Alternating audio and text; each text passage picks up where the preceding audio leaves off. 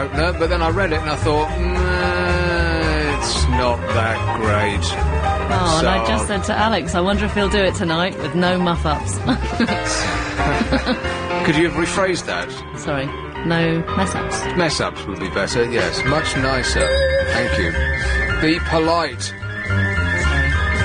Yeah, but please confirm that I have actually written it. There it is. Oh, you have? Close script. You can't not do it now you've gone to the efforts of doing it. I don't think it's that great. 11 o'clock? No, it's cancelled today. Okay. There it goes. All that work. I know.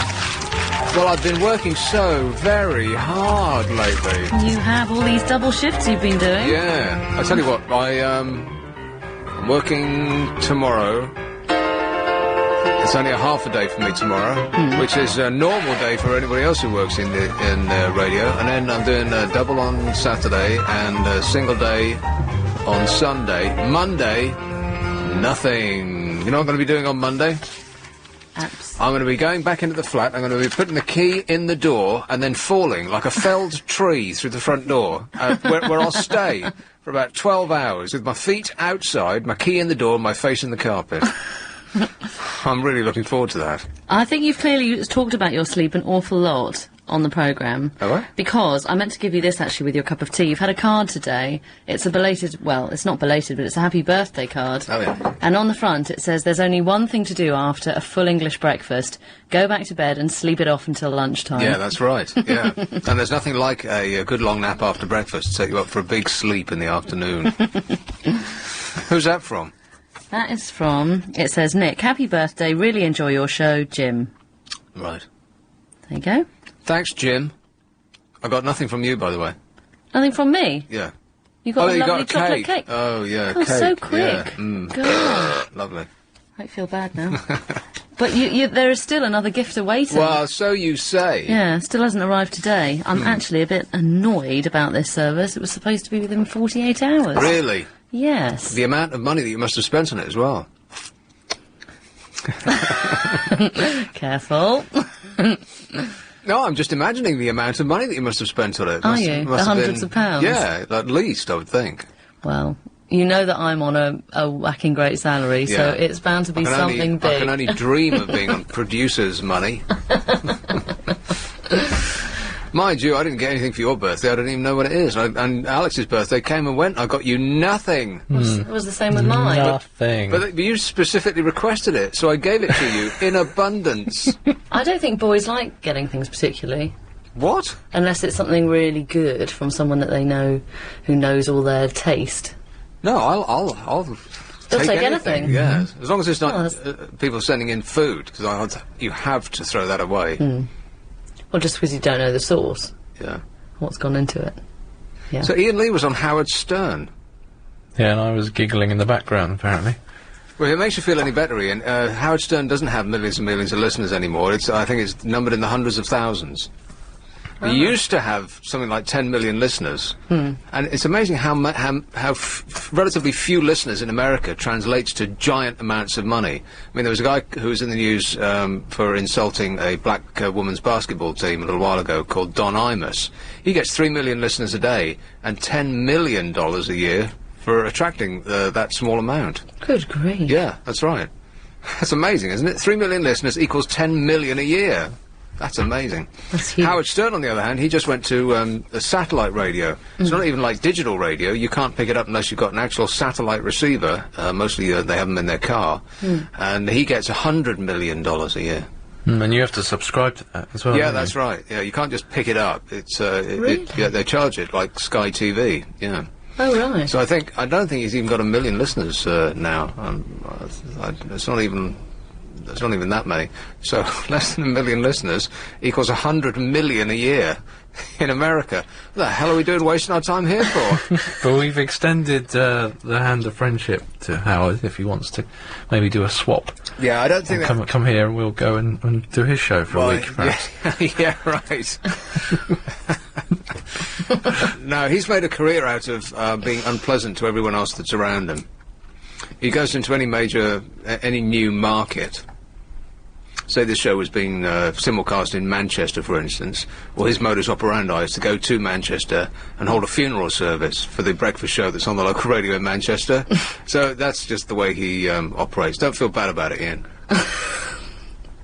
Plus, the funniest person on that show these days is that Baba Booey character. His producer is actually a lot funnier than Howard Stern is. Oh, really? Yeah. Doesn't happen here. There you go. Play that, Howard. So how's the day been? Oh, you know what? This good weather is coming closer and closer. Is it? Gosh, we were just saying before we went on air how depressed we both felt today with the weather. Yeah. It's really, I actually feel a bit gloomy with it at the moment. It's just... Well, you look outside and it could be October, it could be February. If you disregard the leaves on the trees, it could be a pleasant day in December. Yeah. And also, it's kind of dark by about 8 o'clock now. Yeah. I hate The sun that. came out for about 5 seconds. Did it? I didn't feel About like that. yeah, at about 2:30. Oh, I missed that. No, And it's raining in my... I could actually feel my energy levels start to lift for a brief second, Yeah. and then Then it took it away again. No. And we went to the garden centre today to buy loads of stuff to sort of do up the rest of the garden. Oh, stuff, man. And not really. Yeah. And all we managed to do was dump it in the garden before we had to come in again. That was it. How boring. Stuff? What stuff? I thought 10% day was this weekend. Is it? Aren't you 10% queen? Well, often I do like a bargain, yes. Oh, I've clearly missed out. Mind you, I did do a bit of bargaining today. You know how you're always saying you never pay full price? For anything except food and shoes. Well, no, I take that back. Shoes you can buy in the sale as well. Really? You're just lucky if you can find a pair that fit you. Well, today we bought a chimney. Is that what it's called? Or a chimney? Chimney. Chimney, chim chiroo. Yeah, one of them. It's like an oven. Yeah, a bit like, well, or you That's can use it shaped as a like heater. yeah, that's shaped or a like a barbie. chimney. It's like a stove. Like one of those old-fashioned stoves. Yeah, that's right. For the gardening. Yeah. Yeah. We got one of those, and it was the last one that was on sale. And so, because there was no box or anything, I managed to wangle another £10 off, which I was quite pleased with. £10 from how much? Well, what, the exact Spit it price? out. Yes. Oh. I don't why know if not? I want to say Well, why? how much I spent on Well, things. that's not my present, is it? No, it's not. Well, then, I can't buy you a chimney. You've got only a balcony, haven't you? Yeah. It would look ridiculous. it would, yeah. No, that wasn't your present. How much was it? £100? No. 50? Halve it. 50? Yeah, no, I Wow, got it that's to 20, 40. That's 20%.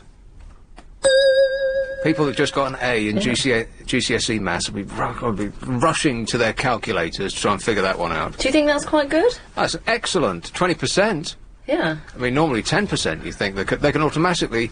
And if it's on sale, they can automatically do 10% off extra, which, if it only costs a tenner, isn't that much. But if it costs 50, what? Well, yeah, I was pleased. Yeah, but, well done you. but then, when he said, would it be okay for 40, I thought...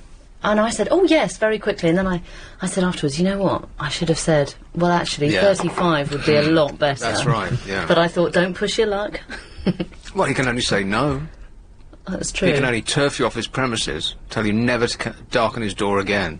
Yeah, but then I would also be embarrassed if I looked super cheap as well. If I sort of...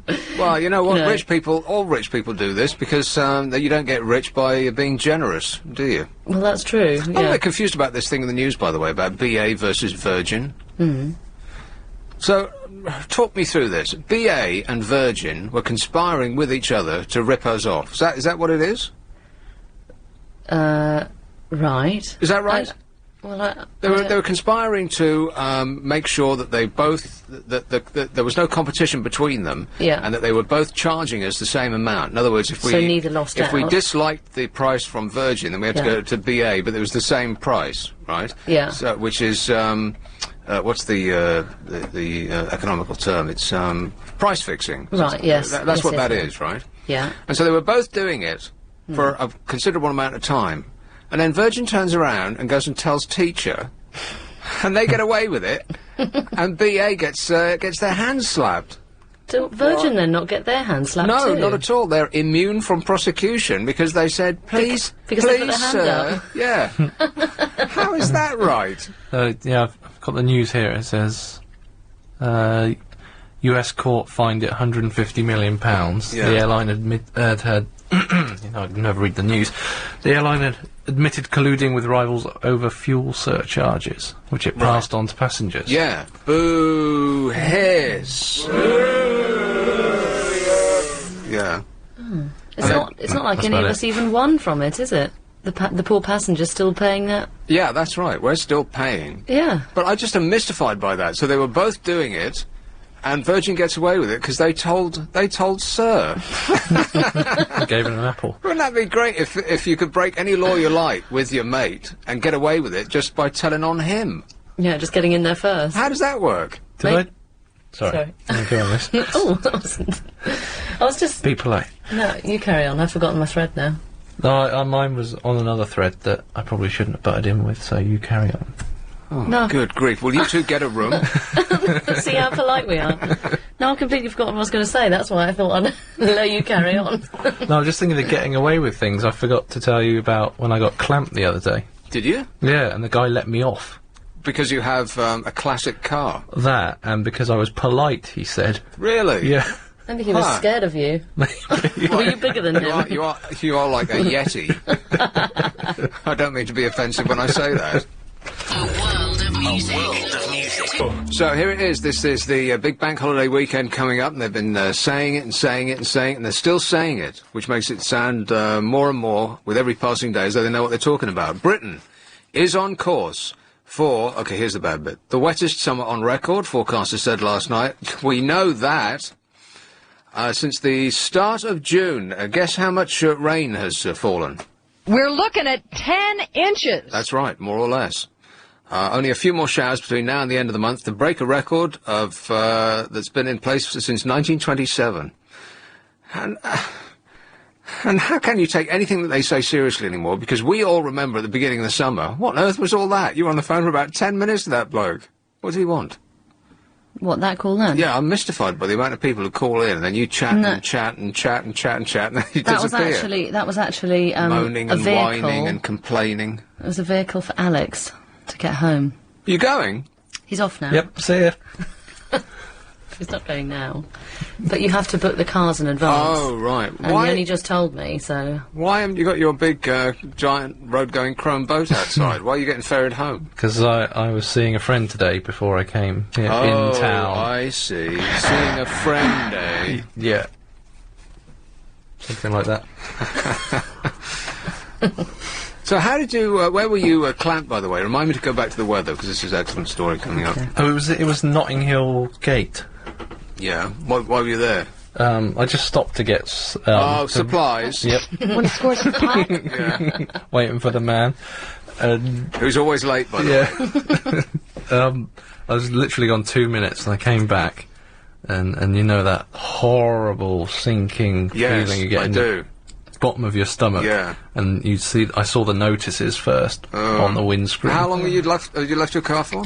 Probably 5-10 minutes. That's at an most. outrage. And they clamped it already? Yep. Because they said they saw me. They were already watching. Did you not put a ticket on at all? No, well, it was a private car park. So it was my own fault. I shouldn't have done it, but it was near the end of the working day. Right. And it was empty, basically.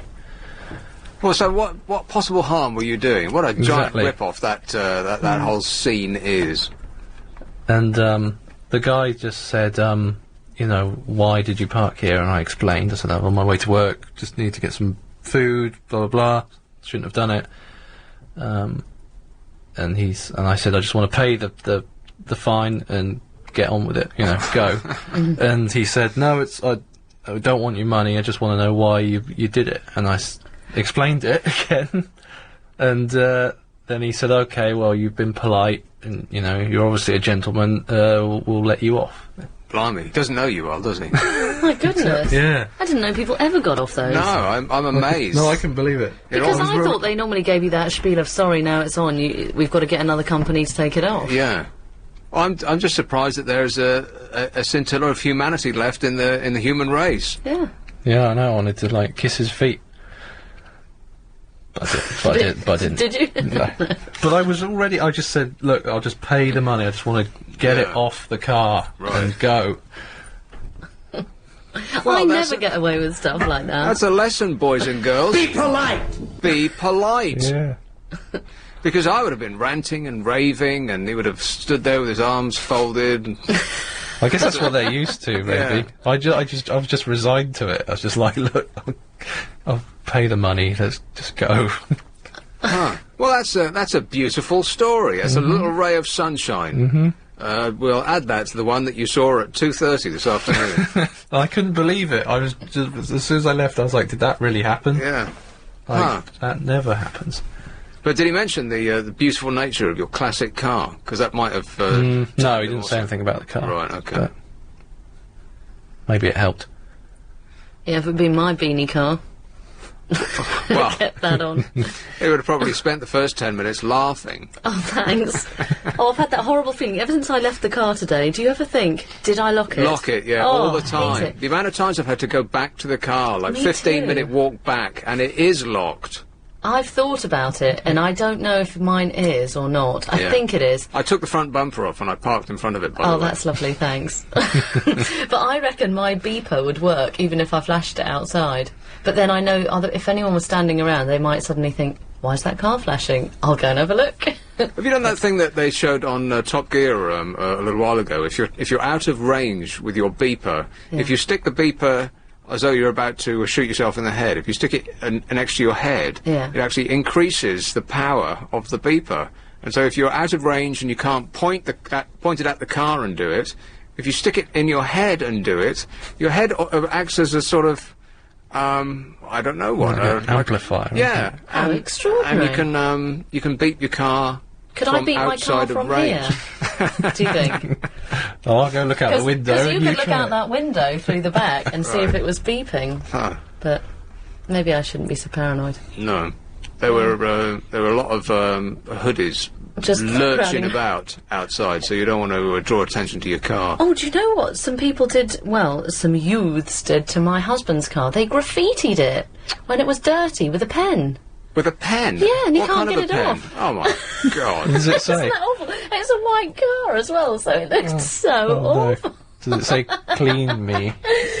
No, they'd done all that, special fonts all over the place. It was very odd. Well, you're very calm about this. My blood would be boiling. I'd be down there at my local supermarket buying a gun and bullets. Yes, but initially, the reason that they'd clearly picked on his car is it was a little bit dirty. So? And so it was easy to What is it, draw in the clean dirt. police? No, I know, but I think I'm not excusing it. I think it's a stupid thing to do. But he's taken it to 2 car washes and it won't come off at all. Isn't that I've never annoying? heard of that before. I mean, writing your name with your wet finger in the dirt of it's usually a white van. Yes, but drawing it on with a felt tip pen. Yeah, What's that about? I don't know. You must come round my way. It's lovely. Yeah, no, that's all right. Have you got me a stab-proof vest? This is Police escort. yeah. Huh. No, I'll stay with where I am. Thanks very much. But the stuff that you read on a daily basis, God, I'm so glad that I live where I do. I mean, things seem fairly normal where I live, I tell you what you should do. Have a look at your local website, if you can, in your area. Because I found that nearly every area in London has one. And I went on our community bit because I wanted to get rid of some soil in our garden. And I thought I'd just look What, and not see... posh enough for you? No, I wanted to get rid of ours. I didn't know where to stick it, and I didn't want to just stick it in the tip. Yeah. I wanted to see if I could kind of recycle it, or if anyone ever takes soil off anyone else, that kind of thing. So I had a look to see what else everyone was writing. Recycle it? Yeah. There's no end of soil. Everything that we're standing on is soil. Yes, Under but a couple of inches of concrete, it's all soil. Yes, but how many people go to the garden 6. centre and buy a thing of peat or Yeah. compost when I could give it to them for nothing? Right. And you're that quite was right. my thinking behind it. Hush my mouth. So when I had a look, people were writing about things that had been stolen from their gardens or from their property, and loads of people were stealing pots and benches, and some people had even concreted a bench to their front garden, and people had still gone off with it. How does that work? How would you bother to go to the effort to do that? It just seems extraordinary. We are a nation of thieves. Thieves, aren't we? Yeah, we actually are. I mean, we like to think of ourselves. We like to think of ourselves in the same. Have we gone past the break, by the way? No, you've done that one. Oh, right.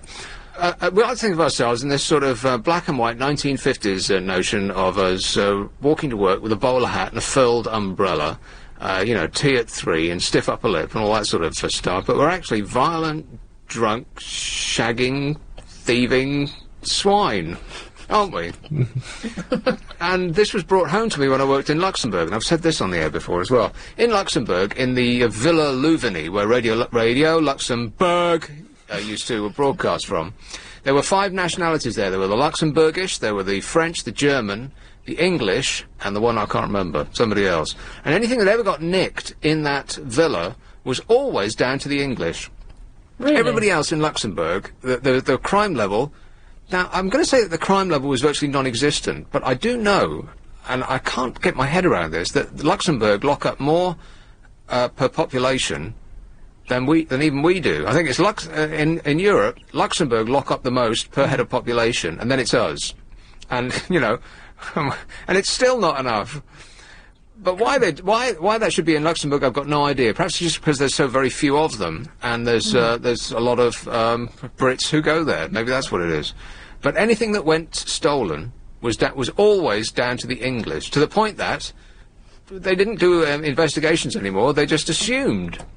And people in Luxembourg used to leave their cars. Now, this was a while ago. This was I'm no good at history. Anyway, it's like 20 years ago. They used to leave their cars, literally, with the keys in the ignition and just walk off. It's like nothing used to get nicked in Luxembourg. It was such a laid-back place where crime was virtually non-existent, apart from, I think, this one area of downtown where all the foreigners lived. The sort of Eastern European, not that I'm going to label them all like that, because I'm saying that we're actually worse. But anything that went missing, it was down to the Brits. Isn't that sad? Yeah. That is, but even in Guernsey when I went, people leave their cars unlocked there. Really? They don't leave the keys in the ignition, but I was quite shocked at that. And people still do it at my mum's in Dorset. Like, they leave their cars wide open, the windows are completely down, unlocked, in the street. And by cars, do you mean horse-drawn carriages? Dorset. Combine harvesters, tractors. No, normal car, and people just, they leave them there all day, come in the morning, and then go somewhere in the evening, come back. Lock them at night. Yeah. But during the daylight hours, they're left there with... And I'm there, locking up, making sure everything's steering locks on and all this business. And they would find that very suspicious. In London mode. Yeah, I have to... It takes me about 2 days to kind of calm down when I go there. Yeah. Because I'm all just tense. It's like another London. country. Yeah. Leave the city and go into the country, and it's like stepping back in time to the 50s. Sounds quite nice. Well, it does actually. Yeah, there were fewer people around. Shops shut at 12 on a Saturday, 5 every other day of the week, and never opened on Sunday. There was nothing on TV. Actually, I prefer it now, even though there is the distinct possibility that you may never arrive home alive. I'm the best forklift driver. Let's get back to it. Waterloo. Hello, Valentino. Hello, Nick. Valentino. Yeah, that's me. Sorry, I'm picking up from last night. I couldn't get on last night. This is a really bad line. Are you on speakerphone or anything like that? Yeah, I am, yeah. All right, take us off speakerphone. Is it really bad, is it? Are we off speakerphone yet? I'm driving, actually. Oh, right. Okay. Well, we'll press on, and if you have to go, you have to go. Go ahead. All right then. No, last night you were talking about tripe and coffee, and I couldn't get on last night, so I've eaten tripe. You've eaten tripe, yeah? Yeah, it's quite good. Okay. Does it taste a bit like chicken? It's a bit chewy, yeah. Right. Yeah. Not chalky, chewy, yeah. Chewy, yeah. But when I was growing up in Italy, there was a trattoria, not a restaurant, a trattoria. Well, what's the difference? Well, a restaurant's more like, expect, upmarket, trattoria's gone the modern market. Right, I've got no idea what you just said, but let's assume that a restaurant has nappary and a trattoria is more like a calf. That's right, yeah. Right. That's it, yeah. And they were specialising in tripe. Lovely. That's all they used to make, tripe. Now, was this a poor part of Italy? Well, Yes. I mean, some people say it's for down Naples. Right, they're in the south, yeah. They haven't got any money south of Milan, I don't think. That's about right, isn't it? That's just I've probably got more money than they have up there, probably because we don't use it. Well, it's all on the black market, is that what you mean? Yes. Not really. Anyway, Valentin, it's really hard to understand what you're saying. I'm sorry, mate. You want to get a better Okay. phone? All right. Best of luck. Cheers. Ta-ta. So, I don't want to start talking about tripe again. Talking about a type of food, the name of which is used as an insult. I mean, that would put you off straight away, wouldn't it? Yeah. What a load of tripe, you say. Yeah. I did suggest that maybe we got the dog some tripe, Yeah. but And the dog said, my husband wasn't too keen either. right. He said, do we have to go and buy that? And I said, well, it might be worth a try. Well, it won't look like someone's Cow's innards. ripped the middle out of a cow. I'm sure it'll just look like minced up meat. Yeah, I know, but, some of the stories last night didn't sound too hot, did No, they? they didn't, no. So- I was practically ready to become a vegetarian again. I imagine if I actually purchased tripe in its original form, I might be retching whilst putting it in Yeah. the bowl. Every now and again when presented with some meat, I do have a little like, oh, am I ready for this? Do you? Yeah. You have a flashback to that giant vat Yeah, I do. sticking your arm in. Yeah, particularly when I minced up a steak for a burger, because it had bits of, you keep the fat on the steak, because the burger has to have a lot of fat in it, right? Yeah. And but you blend it up and it just becomes a big bowl of pink mush, which is not too appetising. When it turns grey and charcoaly, then Hey, we're going to be able to have a barbecue this weekend, do you reckon? Really? No, That I'm would be asking. nice. I'm asking. Well, who knows? Hey, with this Lucy, weather? are you dancing? You asking? I'm asking. Well, I'm dancing. Close! What was the last bit? Drop the well. I'm dancing. Right. I'll remember that now.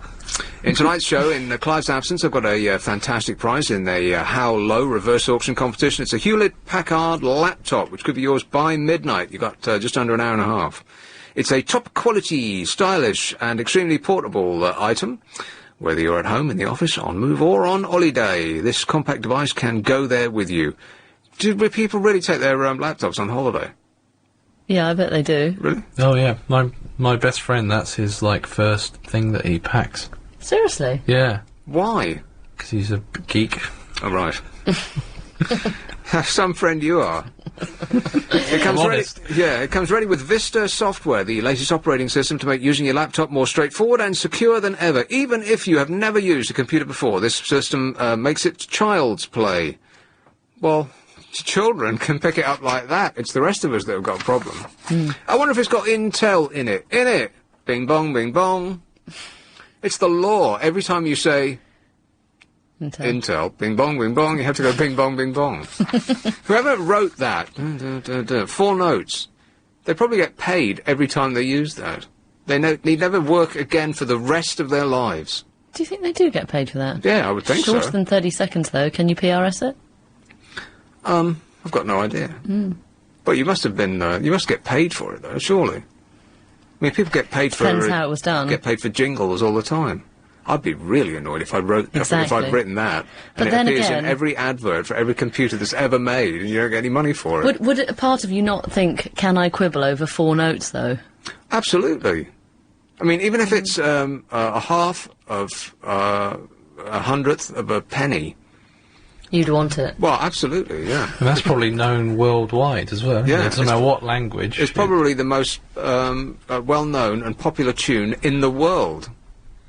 In fact, I'm apart from amazed the that Macarena. I'm amazed that that no dance producer has incorporated it into a tune. Ba ba ba ba.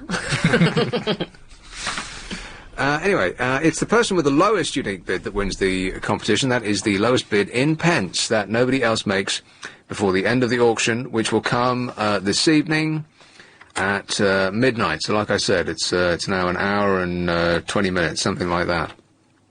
This fantastic feature-packed new laptop features the very latest Windows Vista operating system. For the technically minded, it features a dual-core processor, 80GB hard drive, and a 15.4-inch screen. We're looking at 10 inches. Approximately. It enables you to play and record CDs and DVDs on the move, and it connects to the internet wirelessly. Just don't sit on somebody's wall and try to nick their broadband, like that man was actually arrested for doing earlier. It was reported today. Did you read about that? Like the police don't have anything better to do. He's just sitting on somebody's wall, tapping away on his little laptop thing, and they arrested him for siphoning off somebody's broadband. If somebody does that outside, say, my property, could I still be looking on my wireless at the same time? Well, if they sat on the wall outside your property, their lives would be... they'd be taking them in their hands, wouldn't they? They'd get their own comeuppance. Yeah. It wouldn't be the law. That's right. And if they survived an attack from the local youths, then they'd be constantly pestered by ladies saying, "Do you want some business?" And then spray painted along the way. Oh, you should have seen Lucy's old place. Oh, it was idyllic. Am I right? Little bunny rabbits hopping over all over the grounds there, and Tweety birds, which used to help you fold your clothes as you were ironing. Yeah. Bambi used to come and make an appearance every now and again. Oh, it was beautiful. Now, of course, she lives on an inner-city sink estate in a squat, I believe. She's got blood running in the gutters outside, mouse pee in the kitchen. How'd you like the new flat so far, Luce? I hate it! I've got to stop doing that. It gets worse every time. Yeah. Anyway, if you fancy some of this, then text, because it's Clive's show, you're going to have to text him. Text Clive, and he'll be picking up his phone on holiday. What the hell? Text Clive, plus your bid in pence to 88821. For example, to bid 45 pence, you would text Clive 45 to 88821. Bids cost £1.50 plus your standard network rate. Lines close at midnight tonight. Bidders must be 16 or over. See our website for full terms and conditions, which I believe is www.lbc.co.uk/competitions. Orky/Dorky. Save at Homebase, where it's... You all, how happy I am to be back in the studio. Making a picture again. Trixie. Hi. Hey, dude. Have you by any chance... can I just say, Lucy, don't buy tripe. It really does. It looks creamy, horrible, smells horrible. Creamy. My friend... No, cream colour. Oh, right. Smell, no good. No look like, sort of minced meat or anything. It's right. Cream... smelly, creamy, horrible, smelly, yucky. My friend buys it for her cat. She said, "Oh, come and smell this," she said to me. Yeah, but cat food smells repellent. No, but that particular, it was horrible. Her cat loves it. Her cat. Well, there you are. Leaping up for it, but I wouldn't feed that to my cat. Right, okay, back to what I was going to say. Have you heard about ABCs? What? Well, this, Jackie Smith, our new Home Secretary, is planning to introduce ABCs, which are, just a second, acceptable behaviour contracts. Oh, blimey. Yes, I know, and there's a beautiful joke in today's Mirror. I have to tell you this. You've got a pensioner being held up by this little boy with a gun, rather apt, as in today's stories. And the little boy is saying, "Give me your wallet." And behind the little boy is Mother with a big book saying ABC, and it's saying, "Say please, Timothy." I thought that's... And today when I was in the supermarket, minding my own business... Yeah, minding your own affairs. Right, thank you. There was a boy, shaven head. He couldn't have been more than 11 years old. His little sister was sitting in the trolley. She was only about 2. Full trolley.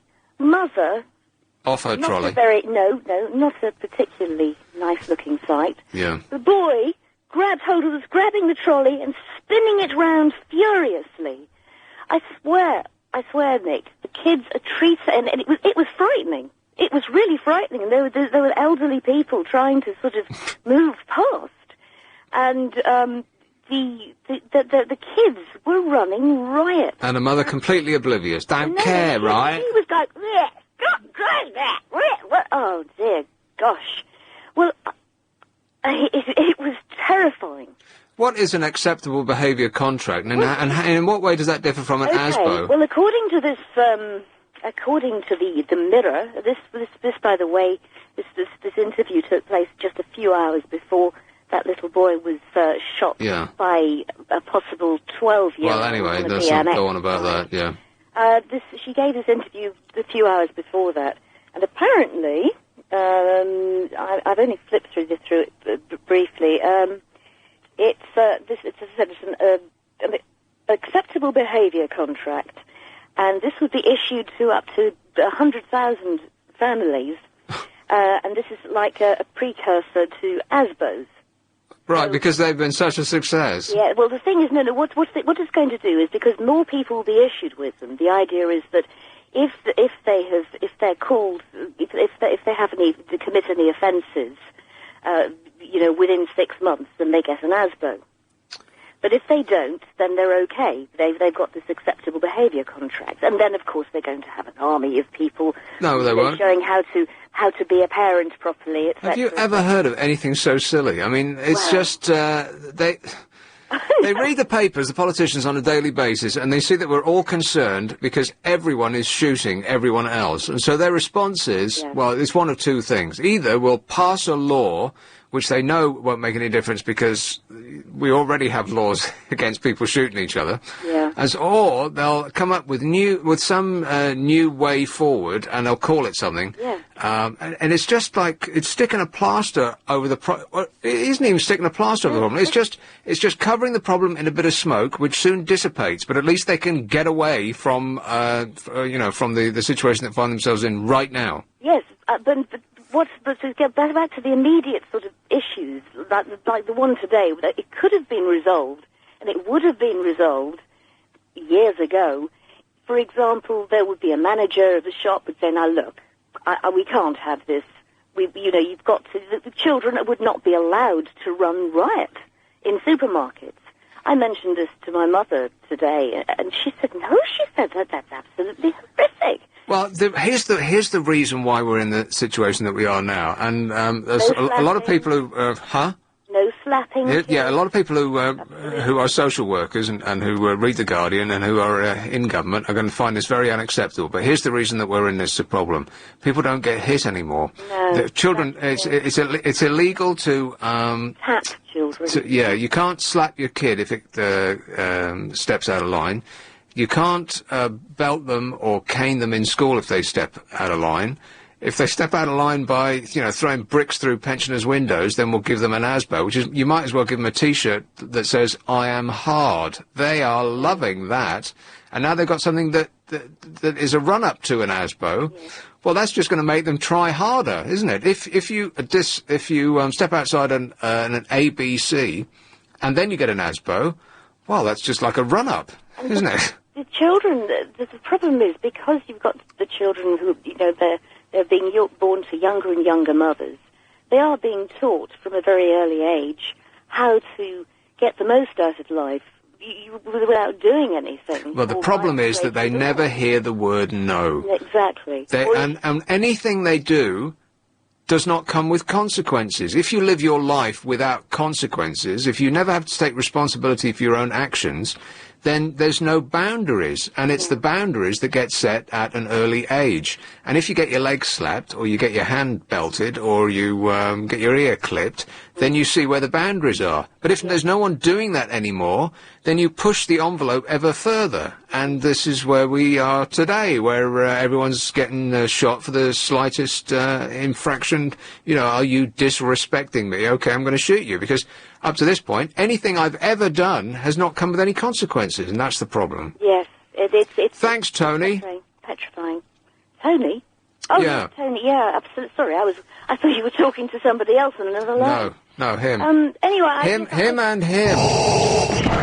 It's not like I love that sound effect. Oh, Tony, may I just say something? Oh, go on. Gordon Brown's voice is actually rather nice. Oh, shut up. Oh, no, just the way he comes over. Yeah, now you're really scaring me. Very quiet and modulated.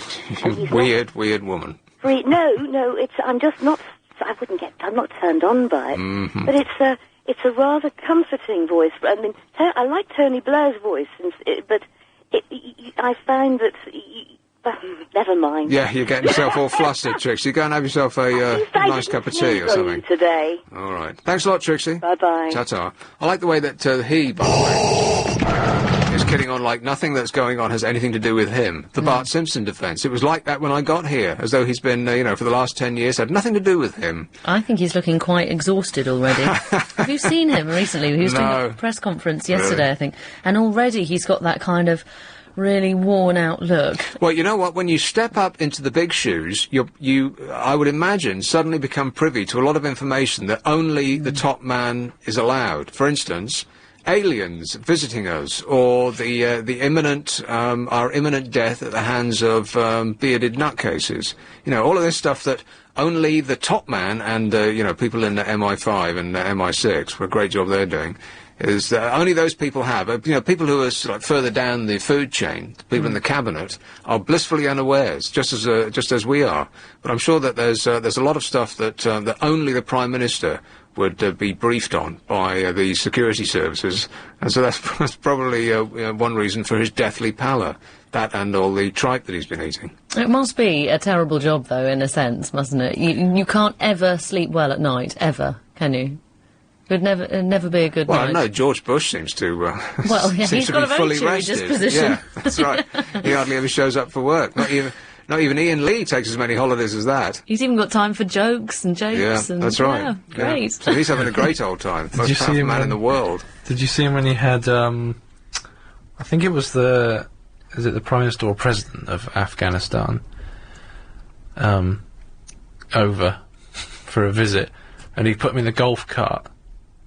And they zoomed off, and Bush just had like this idiot face, like of a child, going whee. And I just thought, oh, blimey. Yeah. Well, he is an idiot. Absolutely. We're thinking of getting some new bedroom carpets. Right, so the only thing that I started talking about in this hour, apart from the little chit-chat that we've been having, I've got no idea what we've been talking about, is the weather. And I still haven't got through that. It's actually good news. But first, here's one in Brixton. Hello, Michael. Michael? Too late. Forest Hill. Hello, Chris. Hi, Nick. Chris. Hello, I haven't spoken to you before. Oh, right. But there's always a first time, isn't That's there? right. I rang in, again, I caught the end of your conversation, talking about it's only safe in the country where you can leave your car door open and windows open. Apparently. And we live in, what should I say? Is it safe to say? We live in South East London, and the number of times that my husband's left the front door keys in the front door, and in the morning I'll say, have you seen my keys anywhere?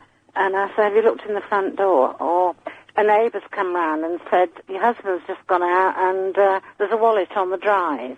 Good grief. Yeah, honestly. Is your husband all right? He's a psychologist. Oh, well, say no more. You'll make your own mind up. And it's always been like this. We live in a very safe area. Well, now, what you mean by that, Chris, is that you haven't had anything happen to you yet. I think you're absolutely right. Well, oh no, we've been burgled twice, but not with keys left in the front door. Yeah, a very safe area, yeah. I think so, yes. Where we are is a lovely area. Up But you've been burgled twice. We have been, but by the same guys, because you know how they wait until you replace the television and whatever. And then do it again. Once they've done that, then you know they're coming back, yeah. But they never again. And most of the road don't. But we haven't got any kind of wild neighbourhood watch. We have. I don't think that'd make any difference, would it? That's just a sticker on a lamppost. Neighbourhood watch. What does that actually achieve? We haven't got any really. Right. No, we just have. I mean, I know you get a discount on your insurance if you say you're part of a neighbourhood watch scheme. Do you? But what does that actually? Say that, then. What does that actually mean? That you're twitching your curtains every now and again to see who's walking down the No, street? we aren't neighbourhood watch. Right. No, that's what I'm saying. I'm questioning what neighbourhood watch actually is. I think you better ask them, don't you? I will, yeah. I don't know. We do have picnics up the hill on, if I give it away, on the first rise out of Honor Oak Park. Well, here's a tip, Chris. This weekend, get your hamper ready, because it might be the last weekend until next June, until you before you can have a picnic again. Well, we certainly haven't had any this summer, but we're going on what we call BW. My husband takes our golden retriever up there, and they go up on BW, which is Blackberry Watch.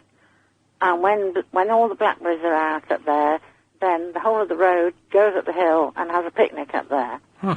Except I am telling you the truth.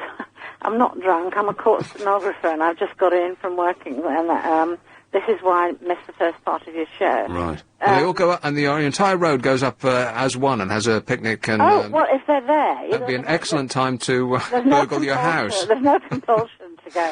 Yeah, and from the bottom of the road and the little road at the bottom, and we all go up One Tree Hill, and we have a picnic up the hill. We did last year, and it's brilliant. One Tree Hill. That was a song by U2. Yeah, Bongo and the Hedge and his mates. Absolutely, yes. But do you know One Tree Hill? It's the first rise out of the London basin. No, I've never heard of it. I've probably seen it from afar. Well, if you're over at Alexandra Palace, yeah, and you look over the Thames, then the first rise you would see on what they call a clear day, then you would see One Tree Hill. Huh, okay. And you've got Big Ben looking rather small. Well, I'll keep my eyes peeled. I think you should. Let me ask you a question about being married to a psychologist. Yes. What do you want to know? Are psychologists actually, a bit... As mad as they appear? Yes. I think that's psychiatrist, isn't it? I don't know. He's a social psychologist. He's worked with addicts, drink, alcohol, gum, glue sniffing, right. all sorts of things. So what they call the full Pete Doherty, yeah. Yes, and he's run rehabilitation centres. So he's not actually nuts? Well, it depends. That was a big long pause there, Chris. But I think you should meet him.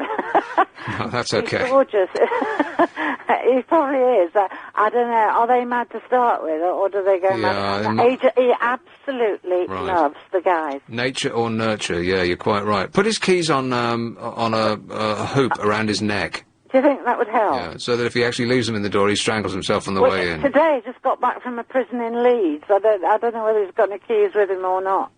Being visited with some addicts over there and whatever. And now he's working with the Gurkhas. They're not addicts, but he's working with the Gurkhas, with SAFA. Don't know if you've heard of SAFA. Soldiers, sailors and Air Force, Families Association.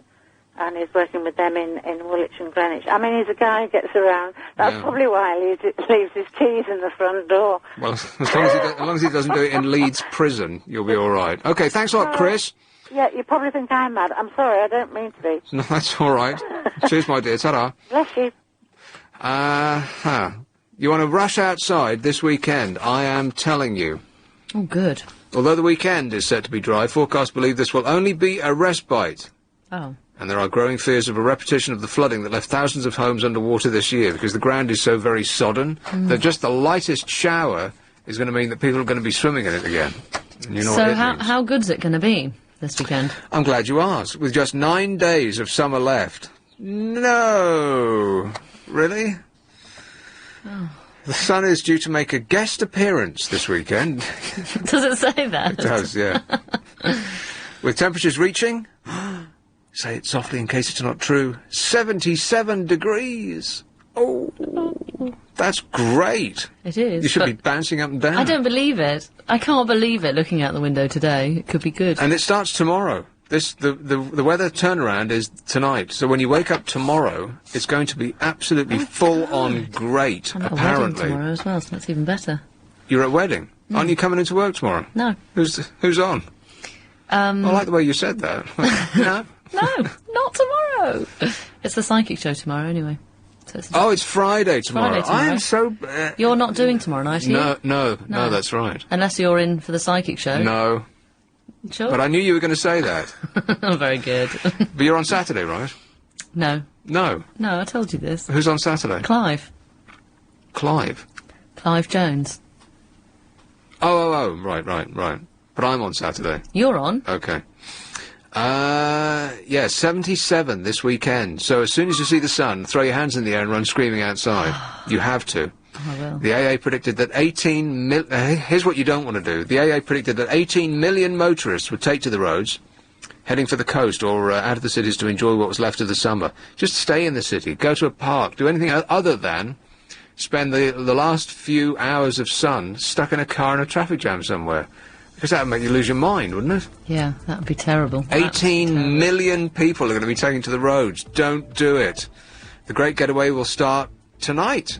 Right now.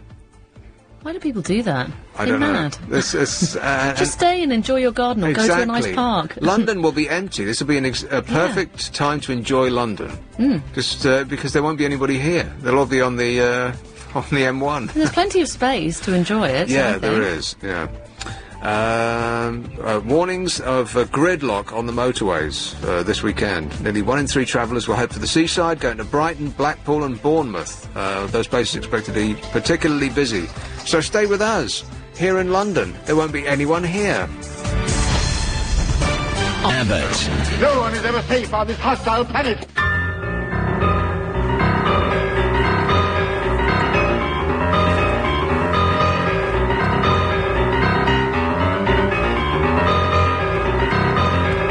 So Abbott the musical, they must have great PR because it continues to be in the news. Like every year there's some sort of anniversary. I think I've still got the dressing gown that came with the last anniversary that they had. Dressing gown? Yeah, it's a nice dressing gown, but it's got Abbott the musical written on it. Yeah, I bet you wear that in company. No, not at all, no. But they do seem to have an anniversary of some sort, almost on every 6 months. The anniversary of its writing, or the anniversary of its start, or the anniversary of this, that, and the other.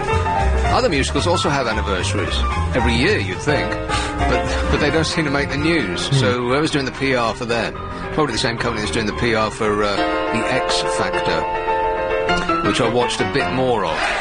And it was, it's just the same old, isn't it? A lot of nutters who can't sing and are stunned when told that they can't. It is actually getting more uncomfortable viewing. Yeah, it is. Every series. Yeah. And the panel just look bored now.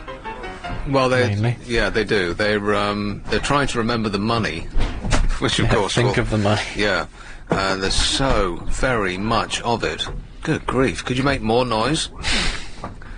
Shh. Trying to do a radio show here. Shh. Sorry. Thank you. So have you seen the ABBA musical yet? No. Lucy probably has. Not a musical man, Alex? No, I find them irritating. Camp. Oh, do you? Yeah. I was glad to hear that you had the dressing gown. I wear mine. Do you? Yes, I do. And my husband thinks it's very sad. Yeah, but, you know. Your husband's right about that and many other things. Let me just take this one. Brixton. Hello, Michael. Hi, how are you? I'm all right, thanks. Right. I just wanted to ring you guys about eating tripe, because I'm from the Caribbean originally, and we eat tripe a lot. We eat the tripe from the goats, the cow, and even the pig as well. We make it into a stew, and we make it in soup as well, and it's quite lovely. Right. Well, there's another reason not to go to the Caribbean. As a matter of fact, some people think it has some aphrodisiac qualities. Oh, yeah, as well. Bound to. Anything that's disgusting is bound to... well, they give it the... Oh, yeah, it's bound to be aphrodisiac just to make people eat it. Yeah. No, it's not, man. I'm sure you may have other people calling and tell the same thing as well. All right. And you actually enjoy it? It's beautiful. wonderful. It's really nice. You should try it. Yeah, I definitely won't be doing that, but thanks for the advice. Thanks a lot, Michael. All right, take care. Cheers, ta-da. Can we have a few fewer callers about tripe? The entire show was about tripe last night. In fact, the show was tripe. No more tripey. So you're not musical then, Alex, eh? No, I don't see the point of it. Either just do... Sorry, I just finished a sandwich. No, you go ahead with your bad self. Good timing. Either just do... What are you enjoying in that sandwich, by the way? A straight... tripe? Ham. Ham? Yeah. Which part of the pig is it? I don't know. The yummy part. Oh, the yummy part. Yeah. Just do a straight be anything. Talking play. There's no need to burst into song. No, here's where I differ, because I find straight talking plays to be boring. Really, really dull, because they're not real. That's the thing. They're trying to be real, but they're obviously not real, and I can't get past the... That's ridiculous. So musicals real? Well, no. As you're walking down the street. No, that's right, but musicals aren't pretending to be real. Okay. I think that's why I dislike them so much, and I love film. I know most films that, aren't real. No, but perversely, they seem more real than a stage play. Yeah, because, especially you've got... everything is perfectly crafted in a Plus, film. when was the last time you saw a stage play that was actually any good? I mean, they're all rubbish. Particularly comedies. The amount of times that I've seen something that the poster says, laugh out loud funny. In fact, there's one just opposite where I'm working at the other place. Rock and roll! That says, guaranteed hilarious. Well, I didn't pay to get in, but I want my money back. Guaranteed. I don't think I've ever laughed out loud at anything that's supposed to be funny that I've seen on the stage, ever. Really? Yeah. Did you ever see the vagina monologues? Certainly not. I found that a little bit disappointing. Sort of, just a bit... I don't know, them all reading off cards I found a bit uninspiring. They were really. reading off cards? Yeah.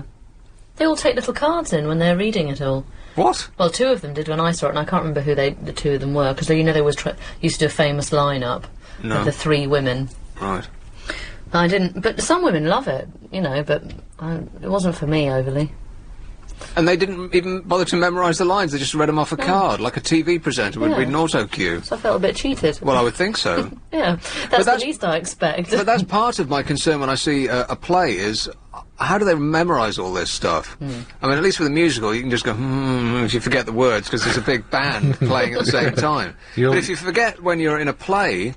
I mean, I cannot get my head around how they can remember all of those words. I mean, particularly something like Shakespeare, when none of it seems to make any sense anyway. Yeah, I'm like, I think you said before, I'm like you, I feel worried for the performers that they're going to... I can't relax. Muck up. Yeah. Then forget their lines or fall over or something. And despite the fact that they're doing it right in front of you, it seems much less real than if you were watching them do it in a film. Well, you can relax, because you know they won't screw it up, because they can do it over and over and over again. But musicals, on the other hand, that's the very essence of theatre to me. Yeah. Singing and dancing and hoofing and getting up there and doing it. Yeah. I tell you what I did really enjoy was Abigail's Party. I thought that was really good on stage. I've only ever seen the TV thing with, what's her name? Yeah, but it was really very funny on stage as well, and it was very similar, and I thought that was really good. But they were talking about the Abbot musical on the news, and I saw it a couple of times, and it was enjoyable, right enough. First time I saw it, they obviously had a budget of nothing at all. I think it was the first one that got put on in the world. Yeah. Oh, excuse me. Is that your tripe pie coming back up? Windy pops. Tripe, there's something you don't want to bring, you don't want to... you don't want to see again? No. Does it come out the same way it goes in? Oh. There's a taste you don't want to have twice. No, it was a sponge covered in chocolate with a smashing orangey bit in the middle. What could that be? Where was I?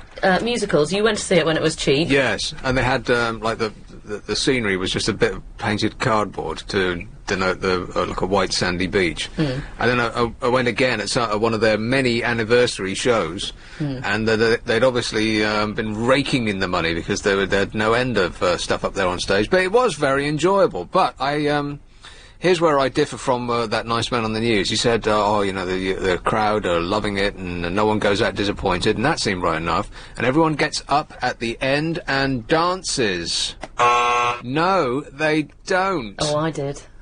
Oh, I was loving it. I would be sitting there with my arms folded. Nope. Really? Not me. But I bet everyone was dancing around you. But only because, you see, British people don't like joining in like that, and there's just no way. Initially. Well, exactly. There's no way around it. We just don't like it. Yeah, but my girlfriend, who I took with me, was loving it, and so she was like, "Come on!" And so I was a bit kind of, and I would have been the only one in the row sitting down, and then you look like it. Well, exactly. You're being a bad You're sport. forced to stand if you're in the minority, but you're not enjoying it. Well, it's not. It feels a little bit staged when you're sort of dancing in your seat in that way. You know, with your coat round by your feet and your bag, and you try not to, knock things over. Well, you have to keep your feet completely still. Yeah. Like a tree waving in the wind. A lot of people look like they just don't care at all. Well, going down the aisles probably and everything. drunk. They're like a gospel church or something. There it is. But I think once you lose your inhibitions with it, then it doesn't matter anymore. You don't care. Brits don't lose their inhibitions unless they are smashed, though. Yeah, well, that happens quite a lot, doesn't it? Yeah, but not at a musical, you wouldn't think. I mean, you wouldn't be able to cram it in. 15 minutes for the interval. Oh, go ahead, Alex. Loosen up a bit, mate. Go and get yourself a musical. You should. It's quite good. It's a good bit of escapism. And you go home having a little sing-song. I just laugh at tube. them. I saw the Cirque du Soleil count as that. It's not really, is it? No. But I did see. I saw that with someone, and I laughed through it. And they had a big go at me because they brought a friend that I didn't know. And they had a go at me because I was laughing at it. Yeah. It was so camp. Well, that's very impolite. I couldn't help it. I just thought it's hilarious.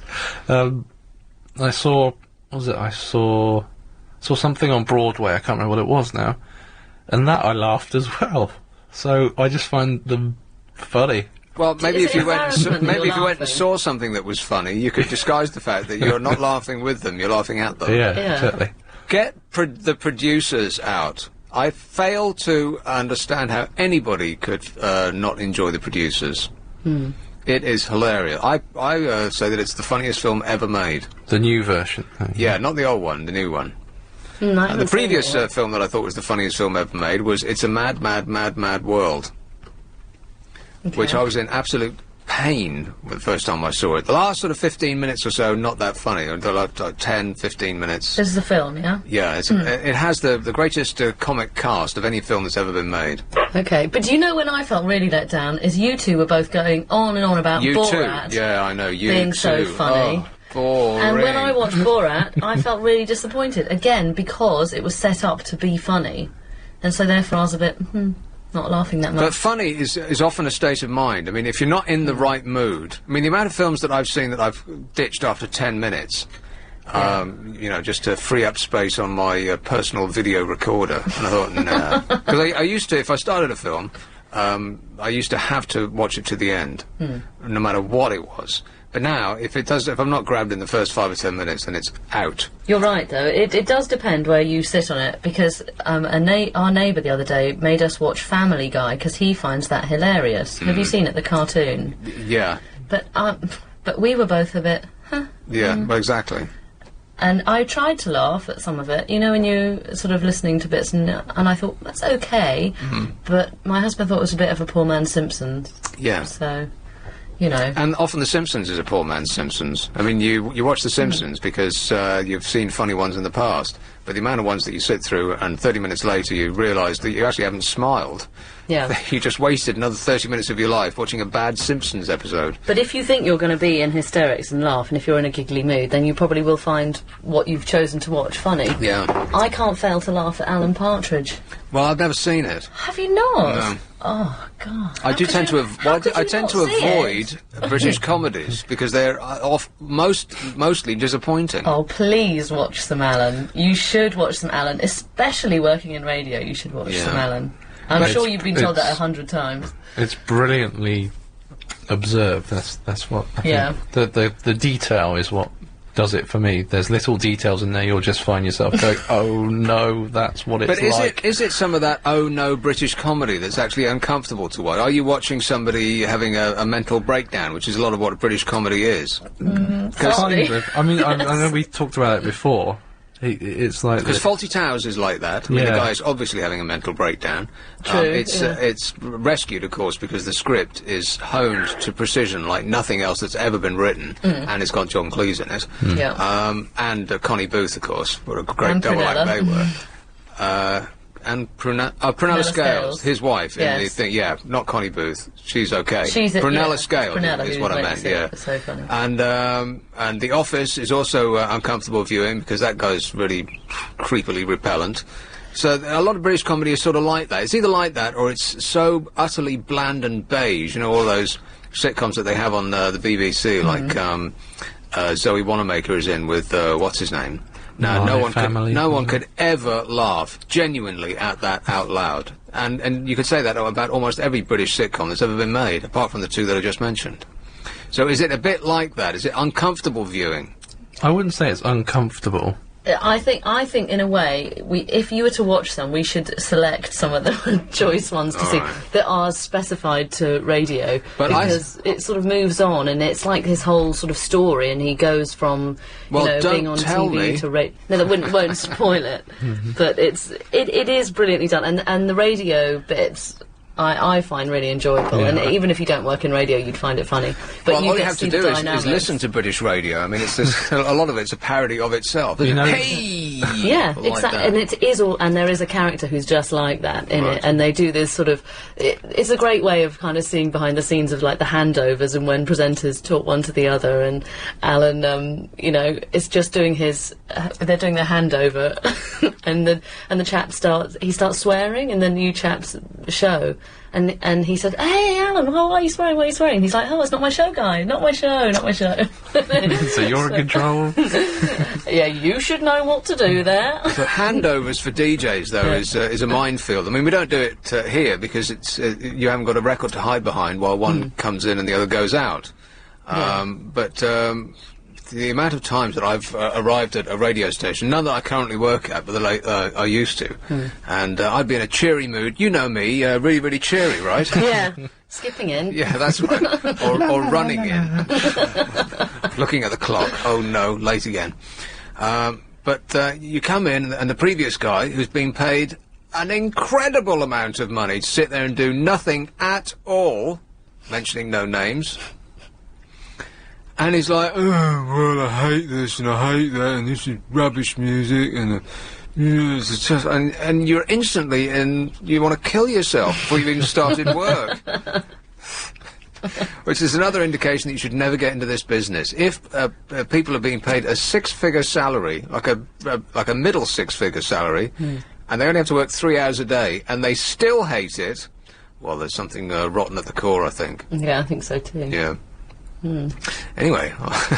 Anyway, give Alan a go. Maybe we'll bring in a couple of episodes that you missed. We'll have to select them for you. But you have to give Borat a go as well. You were just probably I did watch it, but yeah, maybe you were in one of your famous moods. I'm very moody, but I love Borat normally. That's the thing. Right. But it was just the movie that disappointed me a bit, and actually, I just found a little bit vulgar. Yeah. Some of it. Vulgar? Well, we don't like vulgarity on this show. The Weekend. What this guy thinks. No! Romford. Hello, Simon. Hi, Nicky. How you doing, man? I'm all right, thanks. Right, first of all, I've got to state my position. I think you are a radio god and you're fantastic funny, and if I was that way inclined, I'd have your babies. But I got home from work this morning, right, and I've just crept into bed, flick a telly on, Sky Movies, 10:35, the producers. Right, Nick, you reckon that's all right? Yes. Put it on. I lasted 20 minutes, Nick. What a load of tripe. Oh, come on. Tripe's nice. We've already established that. I'll tell you, man, like, you got me to Team America World Police. I half enjoyed Borat. I thought, okay, 3 in a row. No way. Not 3 in a row on the Nicky Abbott show on that one, man. Well, what work do you do? I'm a baker. I called you last night. I was right. Tripe last night. Simon, the mad baker boy from Romford. Right. Yeah, I remember him as well. he's a copper now, isn't he? So You're kidding.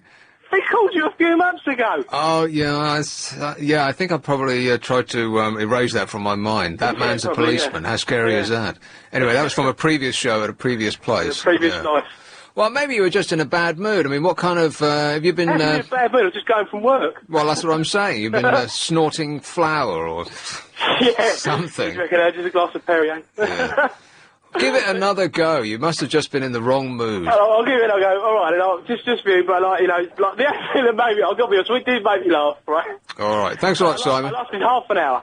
Well, try again. If at first you don't succeed, all right. What was it? Touch Me, Feel Me, the woman. Yes. The virginal milkmaid. That was funny. See, he's laughing. Yeah, there's one bit. In half an hour. Have a couple of drinks beforehand and make sure you're in the right mood, all right? All right, then. I'll open up a bottle of Dom Pom and see if it makes me giggle. There you go. Thanks a lot. Have a nice one, man. Cheers, ta-da. Bye. No, I will take no argument about this. It is certainly one of the funniest films ever made. And it is cheering that, what's his name? The guy who did it. What's his name? Mel Brooks. Mel Brooks is doing his best work at the twilight of his life. Well, that's probably... How he's old is he old now? though. I mean, he looks fit as a fiddle, but he must be 70. He looked old in Blazing Saddles. Yeah, that's right. I mean, he's one of those people that's always been old. But whereas Woody Allen has had a slow descent from the 70s. Yeah. When was the last time that you actually laughed at a Woody Allen film? I was actually I used to be a big Woody Allen fan, Yeah, me and too. I put Annie Hall on the other day, and I didn't laugh at all. Funny you should say that, because I did exactly the same thing, because Annie Hall is supposed to be a comedy classic. Yeah, that and Manhattan. That's right. And I tried Annie Hall, and I thought, you know what, this isn't funny. I was just really disappointed. I thought, why isn't this funny anymore? But the amount of things that I do try that's supposed to be fantastic, fantastic comedies, and I just sit there stony faced. Like Peter Kay is another one. I mean, he's a chap that I like. You like him as a person, but I tried to watch the stand-up that was on TV a little while ago, and after 15 minutes, I hadn't even smiled, and I thought, well, you know what, there's no getting around it. I just don't find this to be funny. But you like Phoenix Nights? Well, I thought it was okay, but that didn't really make me laugh either. It was just amusing. I mean, the amount of times that you watch something that's supposed to be funny that's just amusing. That if you only get a smile after half an hour, not a laugh, you're wasting your time, right? Because there's only so many minutes in the day. I mean, and once you've gone past a certain point, you're not going to, are you? No. I mean, Friends, as silly and superficial as it is, has to be the benchmark for comedy, because that show, more than anything else, more than Cheers, more than Frasier, which I do think is a great programme, more than Larry Sanders, which I think is a superior comedy to almost anything else that's on right now, to anything you can think of, even Fawlty Towers, Friends has more laughs per minute than anything else I think that's ever been made. But do you laugh out loud when you watch Friends? Yeah. Do you? So, see, I don't really. I smile and I find it sort of... It's quite nice. Well, you're a very uptight British lady.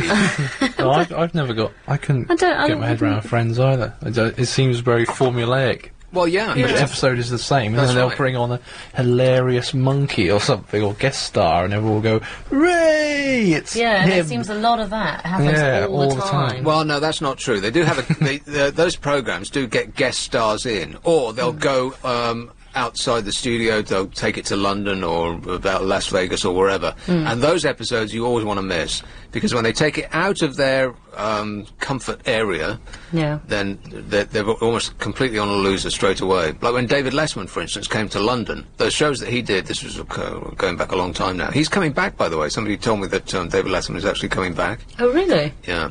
So he'll be now the second best talk show on television after the Daily Show with Jon Stewart, which continues to be superb every day. Half an hour of hilarity. If only we had something like that here, that would rip apart politicians on a daily basis in an amusing and intelligent way. But we ain't got nothing, have we? Not a thing. It's all serious. Yeah. Yeah. That is the disease about British What media. about things like Have I Got News for You? Yeah, well, when was the last time that was funny? Be honest. The last time that was funny was when Angus Deaton was doing it. That was their big mistake. I bet they halved their audience between now and then. I quite like Boris, what's his chops doing it.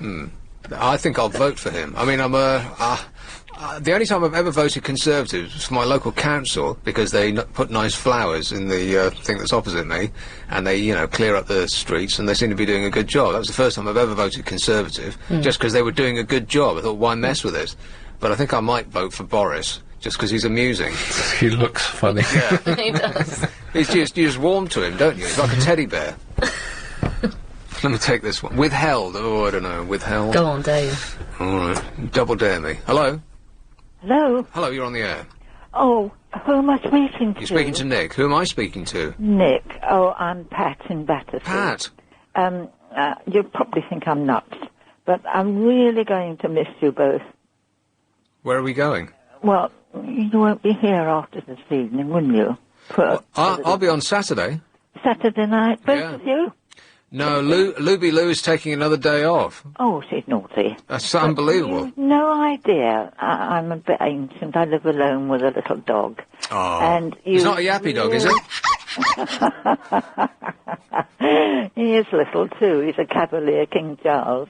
But the point Those is... are the ones with the big ears, right? Yeah, well, they're awfully big, but he's gorgeous. The point is, I'm going to miss you all so much because you do light up my life. Well, you know what, Pat? You want to check out our podcast service. We'll always be there for you. But the giggles, you know... Well, you got to have a laugh, ain't you? Pat, I've got to go for the news, but thanks a lot, all right? That's all right. Cheers, my dear. Ta-ta. Happy days. Bye. It's almost 11:30. There'll be no giggles in this, I bet. What? Everything is going extremely well. It was? It was still.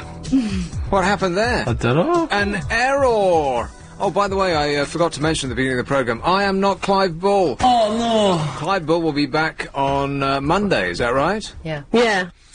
And where's he gone? Dunno. I didn't get a chance to No ask one him knows before. where anyone goes in this place. mystery. I've just never worked anywhere like it. People just, like, come and go, and no one has any idea where anyone goes. Maybe we're all very secretive. Is that what it is? Maybe. Hasn't he gone somewhere lovely? Exotic? Yeah, by the seaside, perhaps. Huh? Wouldn't that be great? Oh, you were telling me yesterday about these places in Britain that are a severe disappointment. Yes. And we've also got British resorts that are the complete inverse of that. Oh, really? Yeah. Oh. Oh, well, that's interesting. Well, Well, could be. We'll find out. Let me take this one. Hello, you're on the air. Much better when we weren't taking calls, right? He was a very quiet person. Yeah. You're getting Fanta. I know. Oh. Hello? Weak. That was short and brief. Yeah. Tim Henman is giving it all up then, eh? Yeah. You know what, in tomorrow's newspaper there's going to be a lot of, well, you were rubbish anyway. I know, people will be so spiteful, won't Yeah, they? they will. Just because he didn't win Wimbledon. Big deal. You know what? He's had a relatively brief career, as as far as people's careers go. How old is he? He can't be more than about 30, right? Yeah, he's about 32. Right, he's 32 years old. He's retiring. He's got, How great is He's got that? millions and millions and millions and millions and millions in the bank. He drove past me a little while ago in a flash Mercedes sports car. Do you think that's probably just one of his sports cars? Undoubtedly, yeah. Yeah. He probably lives in a ginormous, detached Did he wave house going, with a pool. "Cooey"? No, he didn't, no. He was driving very sensibly. Well done, Tim. Good.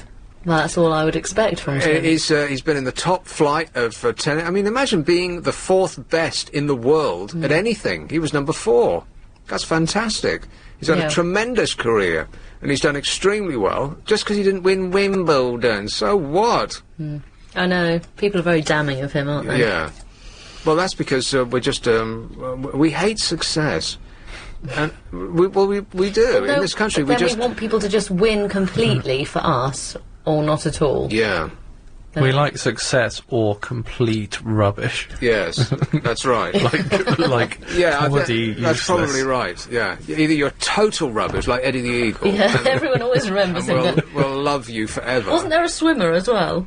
Who was really poor. Well, there was this... the slowest swimmer or something. I can still picture that film in my mind. It was a trial for the Olympics, wasn't it? That's right. Everybody else had finished and towelled off and was having dinner, and he was still in the pool. I think he came from a country that didn't have water, something like that. He'd only practiced in the sand. Yeah, that's right, yeah. Poor bloke. I mean, why did he even show up, really? I mean, you can see on the worldwide weight how fast people are to get into the Olympics. You have to do 100 meters in however fast it is. If it takes you an hour to do it, then you've got no hope. Why even bother showing up? Yeah, not a good idea. Yeah. Anyway, but you're right about that. We only respect people who win everything, and then we'll only respect them for a little while, and then we'll tall poppy lopping, like they say in Australia, and then we'll want them to shrivel up and die. Yeah. Which is true, pretty much. You know, anybody that's a success in this country at anything for a long period of time, unless they were born with that success, unless they're a toff, unless they just happen to be lucky with the parents that they were born to, and just got rich. In which case we'll doff our caps wherever and ever, amen. But if they're a success in their chosen field for a long period of time, then we'll hate them after a while, and we'll want them to just disappear. Or you can be an abject, total, laughable failure, and then we'll enjoy it. But if you're somewhere in the middle there, we'll hate you. And that's Tim Henman's. That's Tim Henman's life. What will he do now? Do you think he'd go on to be a commentator, or work like Sue? What's her surname? Well, if I were him, I'd book a seat at the dentist straight away. I can't believe he hasn't got his teeth fixed yet.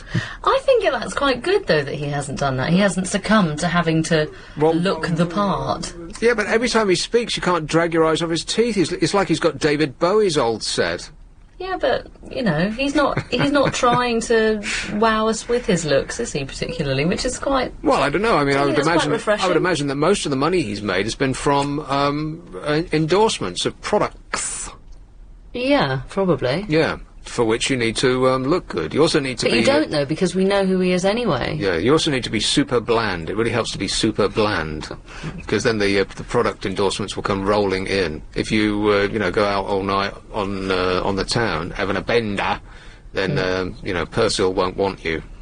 No, that's true. But I think he's done tremendously well. A little round of applause for Tim Henman, please.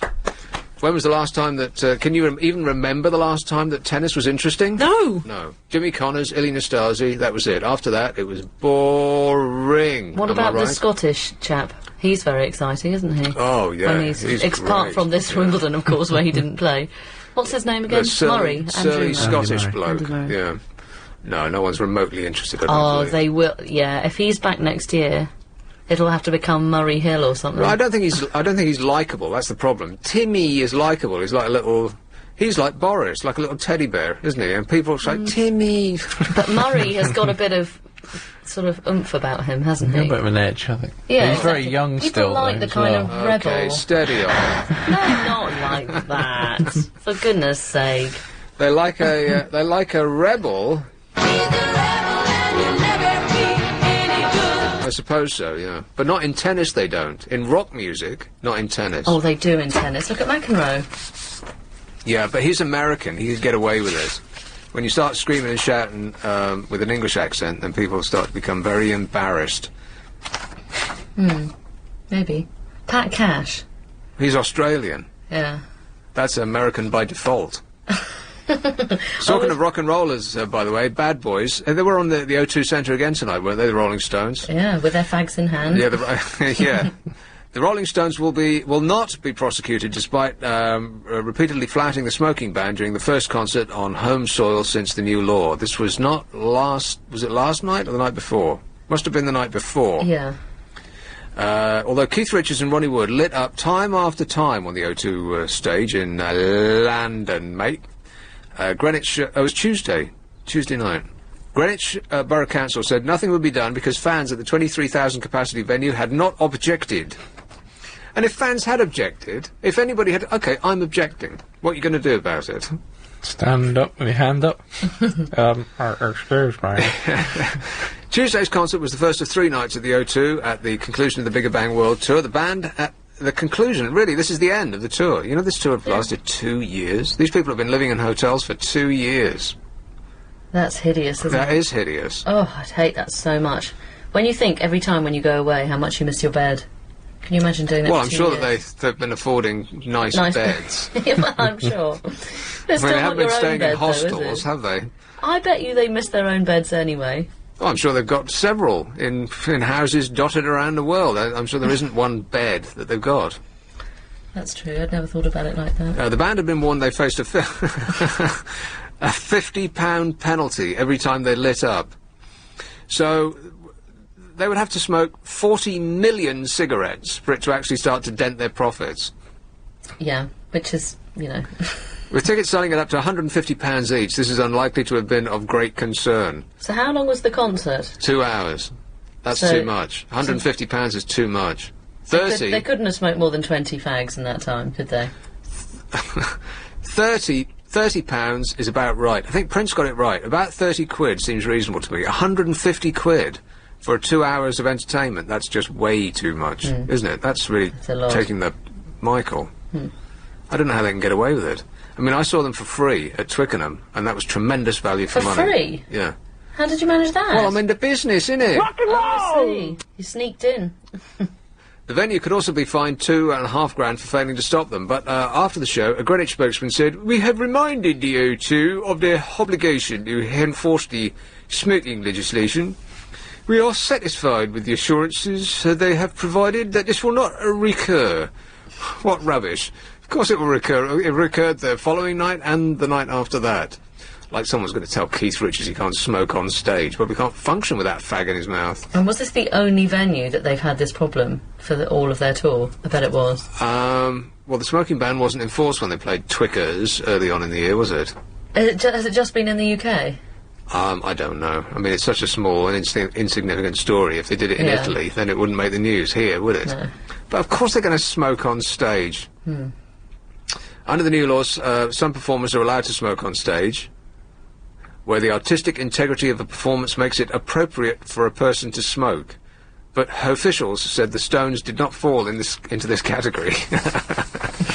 So they had a meeting about that, and they discussed it thoroughly, to see that if it was intrinsic to the act. Well, it is. But if we look at other rock stars, do you think we'd be less tolerant of them smoking on stage? Say, Lily Allen. Would you want to see her smoking on stage? Well, I mentioned that I'm in two minds about this, because the Stones are the Stones. They're like a national institution, and you can't, you just can't touch them, right? But that's the problem, isn't it, though? Because then does one rule, do you bend the rules just for them? Yes, you do. Because they're not a role model for young people, are they? I mean, Keith Richards could be the poster boy for the anti-smoking group. I mean, if you continue to smoke, then you too will look like an old man's foreskin. What a horrible description, but very accurate. Yeah, he's a great reason not to do any drugs. Anything, I mean, look at the man. Yeah, if you do drugs... You will look like that, yeah. Mick Jagger, on the other hand, can there be a fitter 64-year-old in the whole wide world? He is an absolute phenomenon. He leaps about like a camp Duracell bunny. He is a force to be reckoned with. He's amazing. Yeah. But he must have done almost as much as Keith Richards. You'd think. He didn't have the blood transfusion, though, did he? Right. Didn't Keith Richards have a blood transfusion? Well, he probably gets one before he goes on stage every night. Oh, dear. I want about 30 pints of blood a day now, man. But yes, you're right. The Stones can get away with it because nobody looks up to them. I mean, the kids today, well, they won't go and see them for a start. Everyone who goes to see the Rolling Stones has got grey hair. They're at least in their 30s, and no one wants to copy them because they're almost like cartoon characters. But Lily Allen... There must be other smoking groups. Yeah, well, I'm sure they all do. Lily Allen and, Pete Doherty and all these people, when they're photographed, particularly when they're photographed with a fag in their hand, not just by a paparazzi out in the street, because that's fair enough, but when they get photographed for publicity shots, and actors do this as well, with a fag, because it's a cool accessory. then that starts to rankle with me. And I think that should definitely be cut out. Yeah, I thought that wasn't really allowed. No, it is. I see it all the time. You know, actors are always being photographed with a cigarette, as are supermodels and all of the rest of them, because they think it's, you know, gives them some sort of 1930s cinema glamour. Well, no, it doesn't. There's nothing cool about smoking at all. It's the stupidest drug that has ever been invented, like I said the other night. The only reason to smoke it is to relieve the pain of not taking it. You don't get anything from it at all. I mean, it doesn't make Pink Floyd sound better. Or anything. So what's the point? I don't get it. The only point is to make you look hard. That's why people start. Doesn't really make you look hard, well, though, does it? if you're 12, it does. I don't in think your it mind. No. To us, seeing a 12-year-old smoke is comical. Yes. But to another 12-year-old, they think they looks look like quite special. Yeah. Yeah. It looks like you're breaking the law. Which you are, and your lungs. Like Judas Priest sang. You remember the Judas Priest song, don't you? No. No, I didn't think so. No. This is All Rock Radio, LBC. Are you disappointed with your We love you long time. And I really mean that, Abby. I love you.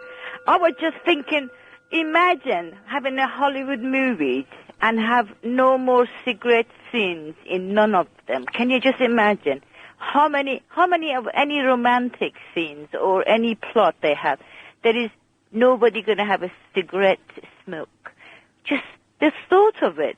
It's funny how it used to be considered romantic. Yeah, glamorous. And, weird. I mean, there's nothing glamorous about it. It makes you stink. I mean, my mum started smoking when she was 40.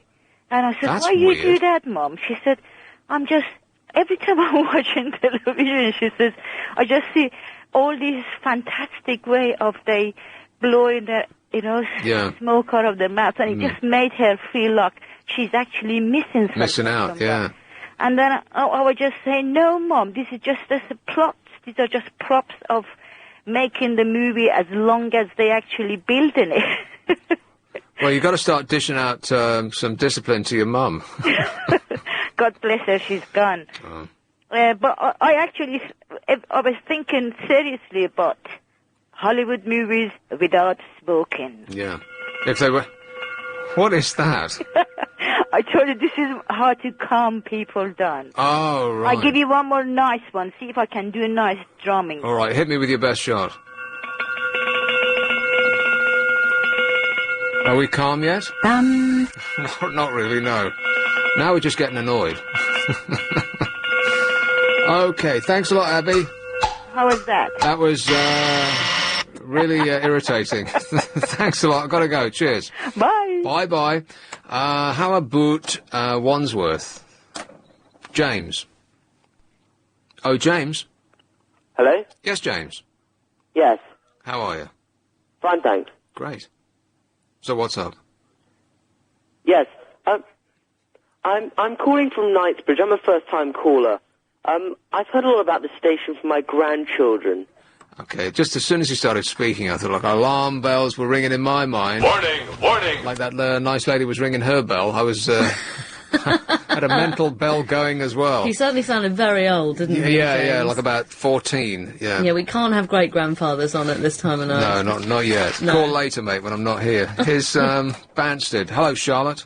Hello, Nick. Charlotte. You're talking about the Rolling Stones. Are you in the bathroom? No.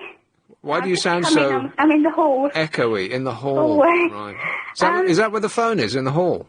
No, I've got my mobile. Oh, right. The cat's there, right, and it keeps bothering me. I've Okay. got away for the cat. I'm talking, Status Quo. Yeah. They're quite elderly now, aren't they? Yes, they are. They have a new album out. Tour, and they go on tour quite a lot. They have a new album they have a new album out. Guess what it's called? In Search of the Fourth Chord. Huh. That's a funny title. Do you think they smoke? I tried to sell a member of the Status Quo a jacket once.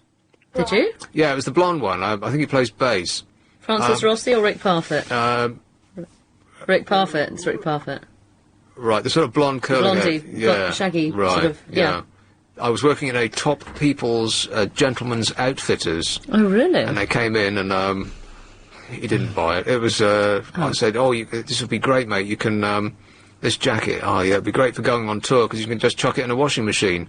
Not thinking that the millionaire rock star in front of me probably doesn't chuck his own clothes in a washing machine on tour. He'll have people to do that for him, yeah. Anyway, Charlotte. Yeah, my partner used to work at cinema, and Francis Rossi used to come in quite a lot to see the films. Yeah. And he just used to say, "Oh, how are you going?" What, like a person? Yeah. Yeah, he used to say, but I don't understand how they can keep going. They must be arthritic by now, in their 60s. Well, they don't actually move much, do they? They just plant their feet about 2 foot apart and shake their head a bit. Yeah, I mean, they all look sort of glary-eyed, don't they? Well, yeah. So look like Keith Richards. They're not seeing anything, probably.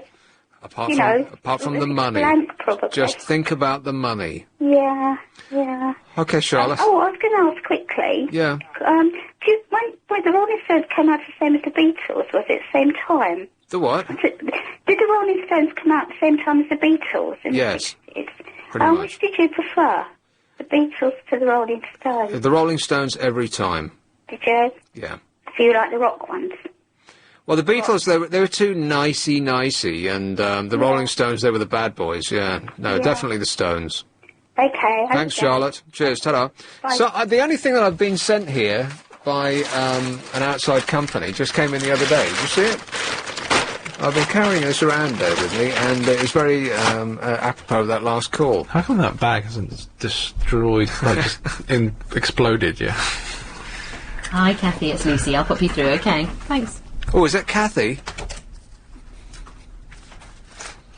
Are you laughing at me? Yeah. What were you saying? I couldn't hear you then. We were being very rude, weren't we, Alex? But what we were saying was absolutely right. Spot on. Yeah, right. If you want to hear that back, then you have to subscribe to our podcast service, which is... I absolutely won't.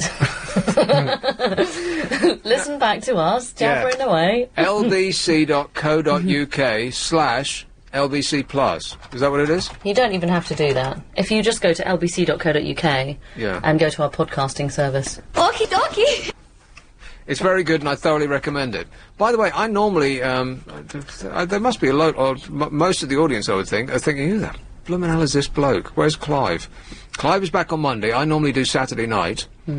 And Saturday night between 10 and 1, that's when I'm normally on, right? So that's just some way of explanation. So I just start a show, just gabbing on, without a thought to the nice ladies and gentlemen at home who are thinking, what the hell's going on here? Where's old Clive? Yeah. Where is he? Someone must know. I mean, his audience must know for a start. I mean, he must discuss this with them before he goes away, doesn't he? I don't know. Ring us in if you know where Clive is. But the only thing I've ever been sent at this station is this, it came in this week, it's the new Status Quo single. Is that what you've been given? Now, this is a promotional copy of the new Status Quo single. So in other words, they're using a promotions company, I imagine, to send out their product to radio stations. Yeah. This is a talk station. You're wasting your money. You say that, but we do have some music guests on Steve Allen's programme. Yeah, that's right. But they sent it to me. Well... I am not Steve Allen. Maybe Rick Parfitt remembered from the days of tailoring. That's right. And he said, I would really like one of our new CDs to be sent to that lovely Nick. I mean, I don't even get sent CDs at the place where I play rock and roll. Well, that's ridiculous. But they sent me a rock and roll CD at the talk station. That makes no sense at all. Have you got a producer who's nabbing them at the other place? Producer? You don't I don't work at the BBC. There's no such thing as a producer in music radio anymore. Hey, do you know Wishbone Ash at all? What, personally, you mean? No, or just of their music. Is that one of your bag, that kind of thing? Well, I play them a bit, yeah. Right, okay. So I thought you might know them, because I ended up recording... I've got a credit on one of their albums, basically. Do you? Which one? Argus? No, it's a best-of. Oh, it's just an engineering credit for... I engineered and mixed and recorded an interview with the singer, basically. Really? Yeah, and it just makes me laugh, because I don't really know their music at all. Well, you only need one track, really, and it's called Blowin' Free, which is a rock and roll classic. So you want to revisit that album, listen to Blowin' Free, and then tell me that you don't like it, alright? Because you don't like anything. You don't like rock music, you don't like beer, you don't like football. What do you like? Here's Croydon. Hello, Kathy. Hello, how you doing? Kathy! Hello. How are you? I'm grand. I've just got back from the Stones concert. Really? Oh. Were they smoking?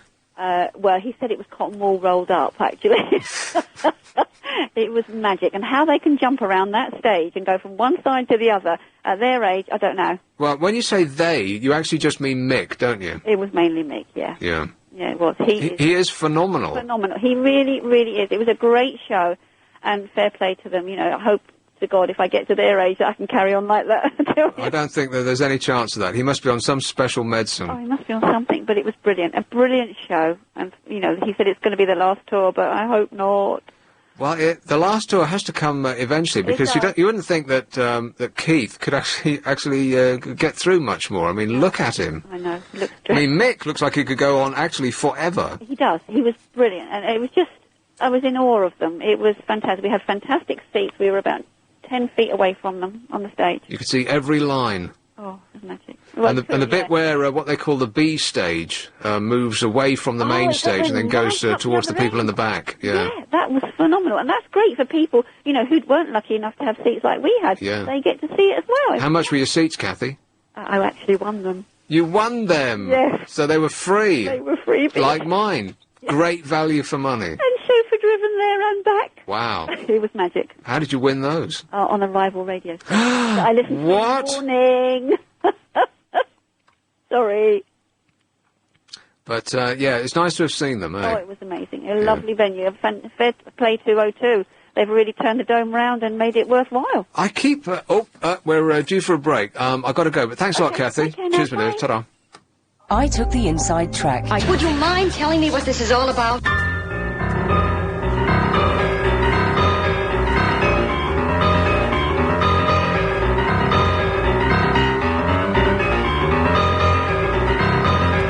So there he was, Tim Henman in the news. Apparently has enormous bottle. We're looking at 10 inches. Hey, Tim, is that a tennis racket in your pocket, or...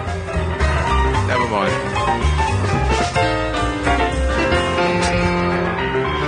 You're not normally the one to misbehave so badly. I know. Nobody can believe that on this show you're the disgusting one. Honestly.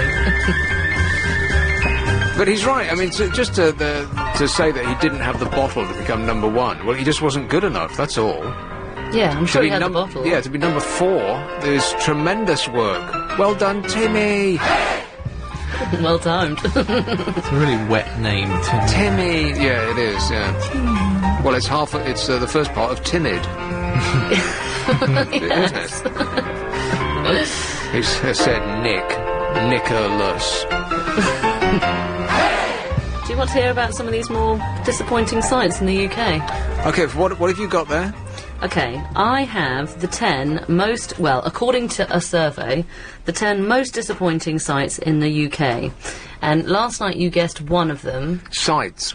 Sites, sort of tourist attractions. Okay, tourist attractions in the UK. Yeah. Okay, top 10. Mm-hmm. Do we have the Alan Freeman sound of the swinging cymbals thing? No. I wish we did. Because it would come in so Alan Freeman. Maybe I'll download it. Are we missing Alan Freeman? Yeah. Yeah. Is that the Oh, blimey, you're like one of those nutters who walks in a record shop and says, "Have you got the one that goes?" and then gets the hump when people behind the counter can't understand what you're doing. One more time? Yeah, because in their mind they've got full orchestral accompaniment, but what comes out of their mouth is... Alex knew what I was humming along to. That was Top of the Pops. Yeah. That was Led Zeppelin you were doing. Do it again. No, she was doing the Paul Hardcastle one. Yeah. That one. The 80s one. Very good. That was rubbish. I don't know. I thought Top of the Pops did Led Zeppelin. Yeah, yeah. Is that still on the air? Yeah, what have we got here? Let me... This is the one Luke was doing. That's it. No, 19. Yeah. Take it off. Is that what it's from? Rubbish. No, 19. No, but Paul Hardcastle did that. There you That's a good one. Yeah. Rock and roll! Off you go there, loose. Wow! Rock! Alright, take that off, because that's not actually Led Zeppelin either. Where were we? Oh, yeah, so Right. you got a list of British tourist attractions But the most that have disappointing. been around. I've got a list of British seaside resorts that are the best. Okay. Right, so I see your list and I raise you one. And let's see if they cross over at all. That would be interesting, wouldn't it? Well, I'm looking at this list and I have to raise a finger of complaint because, well, maybe it's just that all British seaside resorts are crap. Because this list is rubbish. A town dubbed Chelsea-on-Sea because of its high proportion of second home owners was named today as the quintessential British holiday resort. I've never even heard of this place. Southwold. Southwold? Is that how you pronounce it? Southwold. On the Yes. Suffolk coast. Yes. A third of homes there are second homes. Oh, they'll start to burn those down before the weekend, I would imagine, wouldn't they? People get very disgruntled about that. About people having second homes? Yeah, rich people coming in with their 4x4s, I bet there's driving a up the property prices. seaside in Norfolk, isn't there? No, there is not. Is there not? Oh, very disappointing. You and your Norfolk. Oh, I'm very sad about that. A town that was the one-time home of George Orwell and whose many open green spaces owe a lot to a devastating fire in 1659, topped the poll mainly because of its traditional beach huts, its large choice of fish and chip shops, and its working lighthouse. And there's a tiny little picture. It does look beautiful. Where is it? I told you, Southwold in Suffolk. Oh, sorry, that's the Southwold Are you one. listening to I thought this we were on show? to another one now. Newquay in Cornwall, which came second, was singled out for its variety of water sports and a stunning scenery. I'd quite like to go there. Yeah, it is nice. Cornwall. Yeah, give it a go. Bit of a drive, but you know. Number They don't 3. like foreigners there, though. No, they don't, no. They make lovely meat pies there. Well, you know what? They don't Ooh. like foreigners anywhere. It's the human condition. Well, it's part of our programming from when we used to live in caves. You know, you don't like the person in the next cave because they're going to come in and steal your food and steal your babies and steal your this, that and the other. Oh. Does that apply to neighbours? Yeah, absolutely. Yeah, Oh, I like my neighbours. Do they like you? Yeah, we all go around for dinner at each other's. Oh, We do. We all get on very well. But I think we're in quite a unique situation. well, yeah, you're... I mean, the neighbour 2 you're- doors down looks after the dog. Two middle-class people huddled together in this... Oh, stop it. In our slum. Urban hell. Yeah. And the neighbour next door, the other day, he cooked us a Mexican. for dinner. Really? What was the guy's name? Juan. Pedro. That was lovely. He's a fantastic cook, so he always does us lovely food. He cooked you a Mexican meal? But that's just refried beans and cheese. No. This was not at all. And he even does it all with a lovely decoration on the top. So our rice came as a little sort of triangular turret. Okay, well that's just weird. No, it was lovely. Food that's been mucked about with. Made now. I really want to know this. Oh God, here we go. Okay, guacamole. Guacamole. What? How do you pronounce it? Guacamole deep. Guacamole. I've always said guacamole. Yeah. Well, I'm not sure. Green you see. sludge in a bowl. We tried to wiki it earlier, and I think it can be a bit of both, guacamole or guacamole, depending on where you're saying it. No, you whack-a-mole, it's guacamole. It's definitely guacamole. Yeah, you whack-a-mole, you eat guacamole, but you play whack-a-mole. Okay. Guacamole.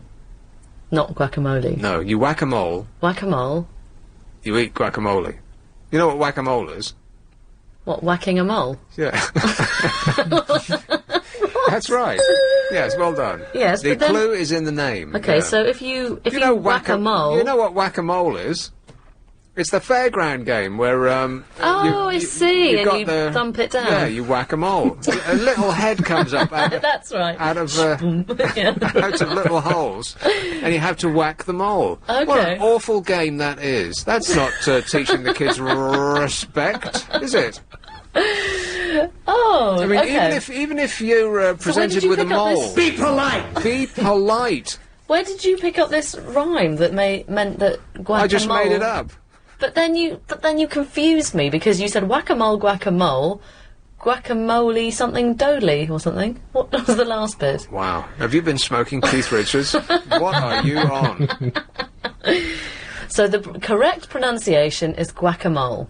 Guacamole. See, that's confusing. Why is it guacamole if you whack a mole? No, you whack a mole. Yeah. This has nothing to do with eating Mexican food. You just whack a mole. No, I know that, but I thought that was rhyming with the correct pronunciation. God, if only you were in here, and if only it were legal, I'd give you a clip around the ear. But I thought you were supposed to come up with nice, helpful rhymes to help me remember. No, this is not this show does not provide mnemonic devices. Well, thanks. So it's guacamole. Yes. Did he provide you with... Holy moly guacamole. Oh, that's how I'll remember it. Did he provide you with some margarita? Booze? No. No? No. What kind of Mexican meal is wine. that? Well, that's not what you'd eat with, what you drink with Mexican meal. Well, I know, well, that's okay. Tequila! We didn't need to have that, to be honest. But we had lots of nice food. Alex is going to play in one of the versions that we have of tequila on my machine. Here we go. Tequila.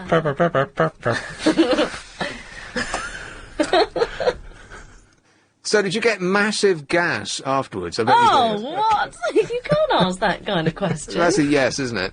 Here is Uxbridge. Hello, Pat. Hey, I was just ringing up to, stick up for you, guacamole.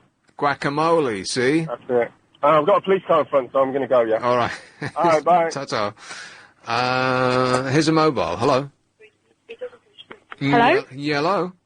Hello. Have you ever tried bungee jumping? Here's, Dartford. Hello, Francis. Hello. Francis. Is it possible to speak to Nick? You're speaking to him. You're on the air right now. Yeah. Was it your birthday? It was my birthday yesterday. Really? Happy birthday. No, in fact, 2 days ago now. 47. It's, You don't look 47. well, I'm on the radio. How do you know?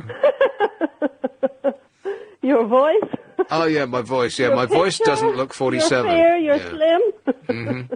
Yeah, me and Mick Jagger, we're a force of nature. Yeah. Oh, you're not as decrepit as Mick Jagger. Not yet, Francis, but if I keep doing what I'm doing.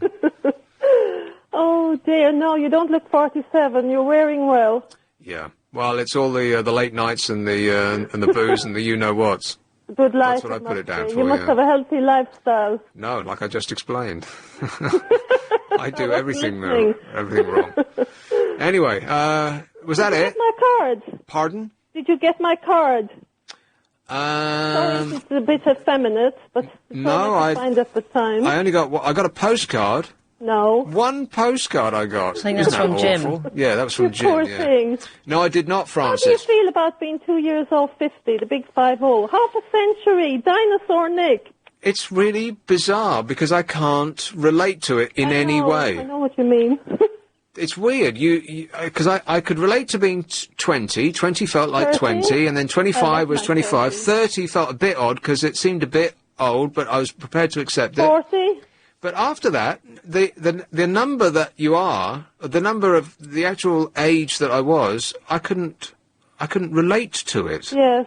At all. I mean, 47. God, that sounds so old. But I don't feel. But you're not old. You're young. You're a young man still. I don't feel 30. 47 just seems like I'm talking about somebody else. It's just weird, really, really bizarre. Yeah. It's but a number. What you call is going to have great difficulty. Who? What's his name? Ian. What do you mean? Well, with age. He's going to age terribly. What makes you say that? He's always on about age and whatnot. And, oh, really? And the older people. He thinks he's going to stay young and be Peter Pan forever. How old is he? 30-something. He's only a young chap, isn't he? Well, I'll tell you what, Ian. If in your young 30s, 47 seems like an age away. You know what? You blink, and and suddenly you're there. Where the hell did the time go? I've got no idea. Mm-hmm. You sound very much like Anthony on the radio. There's words that you say, and you sound the same. Oh, right. Your sentences are but he was a bit different. Okay. All right, thanks a lot, Francis. Okay, bye. Cheers, my dear. Ta-ra. What were we on about? Tourist attractions? Oh, Mexican food. Oh, Mexican food. Mole, mole, guacamole. Yeah, how can somebody serve Mexican food without a margarita? I mean, don't you like tequila?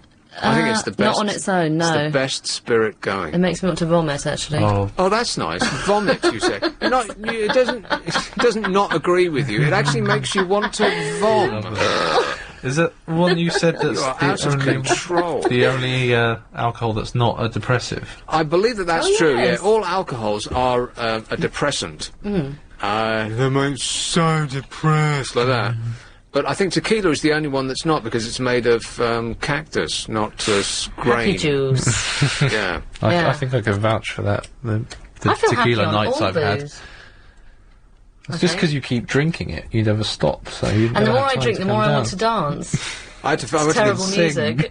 I went to the dentist today, and I had to fill out the form. Huh? Did you? That sounds horrible. No, it's a checkup. Oh, okay. I always come out with a glowing report. He always says I've got the best teeth he's ever seen in his whole life. Seriously? Yeah, I've got like a teenager's teeth. Have you? Have you not got any fillings or anything? Well, yeah. Oh. A couple here and there, but not since I was a teenager. So he's just flattering you? No, it's... These are the best teeth I've ever seen. Next customer, these are the best teeth. A teenager who eats loads and loads of sweets. Yeah. And you said that's because I never indulge in chocolate cakes with orangey smashy bits in the middle. So they gave me a form to fill out, all these things that do you do this and do you do that, and then of course they come to the alcohol part. And did you lie? Everything's a yes or no, and they said if you're a male, do you drink more than 21 units of alcohol a week? Booze. And so I just said no, because I don't know what 21 units of alcohol are. What are you going to say? Yes? Well, you just lie. That's like 11 pints, isn't it? Well, I don't drink pints, really. Well, okay, so... Unless I'm eating sausages, which is to say, never. That was a line from Frasier. So six... Well, in fact, alcohol is so strong now in wine that it's probably about... You could probably have about 10 units in a bottle. What? So, do you drink more than 2 and a bit bottles of wine a week? Yeah. Yeah. Not this week. I haven't had a drop this week. Not a drop. Well, so you've been working. Well, that's right. I'd have been quite worried if you'd had a bottle before you came in. Yeah. No, I am not drunk, despite how it might sound. No. But yeah, you just say no. I mean, what are you going to say? Yes. And then you'd be asked further questions. And this, by the way, is... and I know I've said this before, but it's worth repeating, is one of the reasons that this advice, the government's wagging its finger in your face and telling you how much you can and can't drink, is fundamentally flawed. It's because it's based on how people who end up in hospital with drink-related illnesses report how much they've drunk. Because they all lie. I lie, you lie, everybody lies. You go to the doctor and he asks you how much you drink. You're going to tell him the truth? Of course not. He'd fall off his stool. So you tell him much, much less. And so the doctor will look at somebody's shriveled up liver and ask them how much they drink. And they say, oh, well, you know, I just drink a couple of glasses of wine a day. And they will conclude from that a couple of glasses of wine a day will make your liver look like lamb's sweetmeat. Should we go back to that again? Oh, no. Like a shriveled up fag end. Oh. And that, of course, is an incorrect conclusion, because, of course, they don't drink 2 glasses of wine a day to look like that. They drink a bucket. But they don't say that. And so then the government then extrapolates from that a couple of glasses of wine or more is going to really kill you extremely quickly. And that's false. Have you ever seen Jeremy Kyle? Oh, all our computers are going off. Hey, everything just went black. I know. Have you ever seen Jeremy Kyle when they're on... No. I know, you probably don't watch it. And Why do you watch that? It kind of makes me feel good. Other people's misfortune. Yeah, a cheap holiday in other people's misery. Yeah. It does the trick, I tell you. I skip away from the television after it's finished. But not Trisha, Jeremy Kyle. No, yeah, Jeremy for me. I can't have that man in my front room. Really? Not for a single second. Even when he's straight talking with people? I just can't abide him. Like, there's some people that you just want to hurl your TV out the window when they come on. He's one of them. Really, I quite like his fatherly approach. Will you shut up? I do. You are joking. No, I do. I quite like it. Like, Jerry Springer has a fatherly approach. Like, you wouldn't mind going out and having a drink with Jerry Springer. But No, you've got to watch Jeremy Springer again, because I've watched back some old ones recently. It's and not actually, Jerry Springer. Jerry Springer, sorry. And when I watch him now, Are you I've talking about Jerry realised- Springer? Yeah. Yeah. Confusing. Not Jeremy Kyle, Jerry Springer. Jerry Springer. Yeah. But if you watch back Jerry Springer now, I've noticed that he actually doesn't really give them any advice at all. He only does his little bit at the end. And he actually literally stands there, lets them all have a little fight. Well, yeah, that's the and point. then he's like, oh dear. But that's the point of the show. I mean, Jeremy Kyle and Tricia, they're not there to give advice. They're there to show you a fight. They're there to show morons that they've just... It's like the deep-sea trawling for morons. I tell you, they find some peaches though, don't they? Oh, my God, where the hell do these people come from? Oh, and when they... But the point was when they booze, and some of them come on and he says, now, tell me how much you drink. And they're like, I had a bottle of vodka before I came on the show. and yeah, you were up and you kept all our crew up last night because you were boozing in your hotel room. You smashed the hotel room up. And I'm just like, how do these people actually stand when they're drinking this much alcohol? I mean, how can you do anything if you're that drunk? Well, you just get used to it, don't you? I mean, Yeah, some like people neat drink spirits some all the people can time. drink a bottle of spirits and it barely touches their sides. You just work your way up to it, Luce. Go on, give it a go. It must be so pickling. Yeah, I'm sure it's not doing them any good. Oh, I'm being clicked at again. But You're take your You're time. so clicky. It's exactly 12:23. Is going extremely well. Right, so back to this thing, blimey, on this show you start a train of thought, and 3 hours later you still haven't got through the sentence because you just go skating off in different directions, and it's all your fault. Thanks. Just because I need to know things as we go along. So, we were talking about British seaside resorts, and then you've got your thing to do as well. I've got my disappointing sights, and in between we managed to get in a bit of guacamole, tequila. Guacamole deep. Mm-hmm. So does that mean that you have to go... See, here we are on a tangent again. Sorry, does that that's mean my you, fault. you have to go and cook him dinner now? Well, I did that the other week. Yeah, what did you give him? I gave him cucumber and avocado soup to start. Oh, my God. Would you listen to this woman? Cucumber Margot. and avocado soup. And then I think I did some... Is she the most middle-class, posh person you've ever met in your life? I mean it.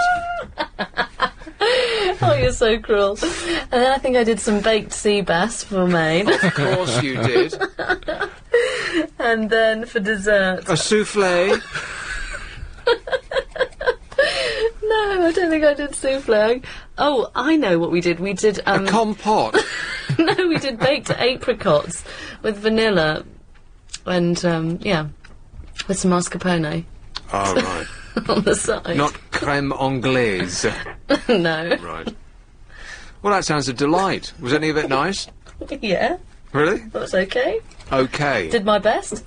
Well, the crowd were pleased, so... Because any time I cook for people, it's usually an absolute unmitigated disaster. Unless you have a dry run. Did you have a dry run in the week and cook everything before you actually... No. Because it's the only way to do it. But I cook a lot, so I kind of... And I hadn't done these recipes before, but they were new out of my cookery magazine that month. You tried a recipe for the very first time on guests? Yeah.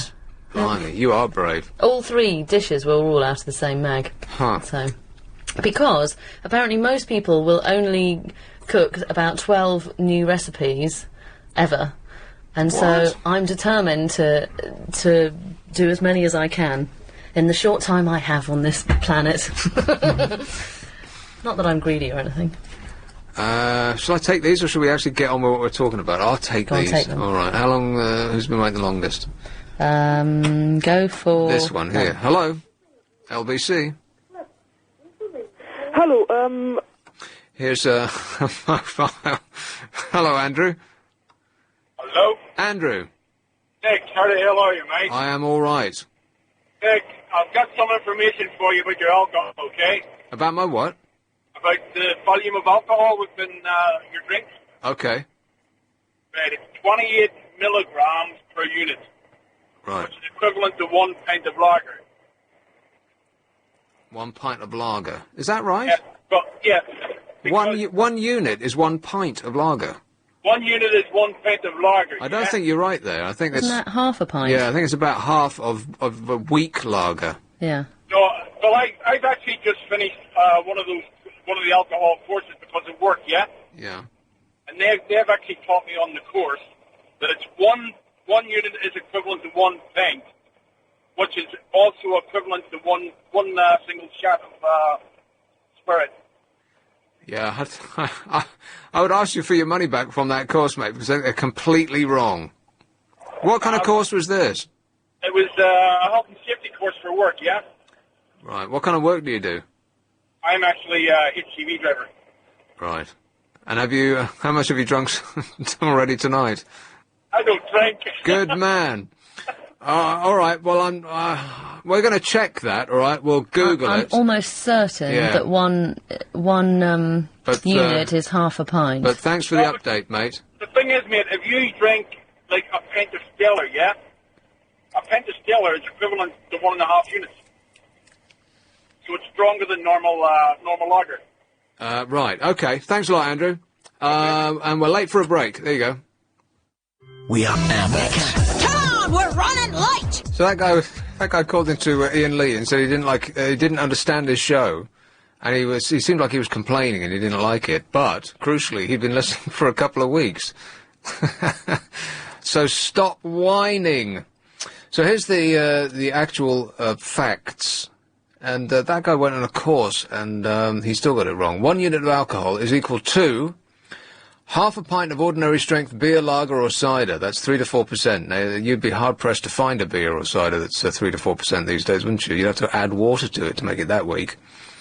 1 unit of alcohol is equal to a small measure of spirits, 25 millilitres. Is that what they sell in pubs? Is that what comes out of an optic?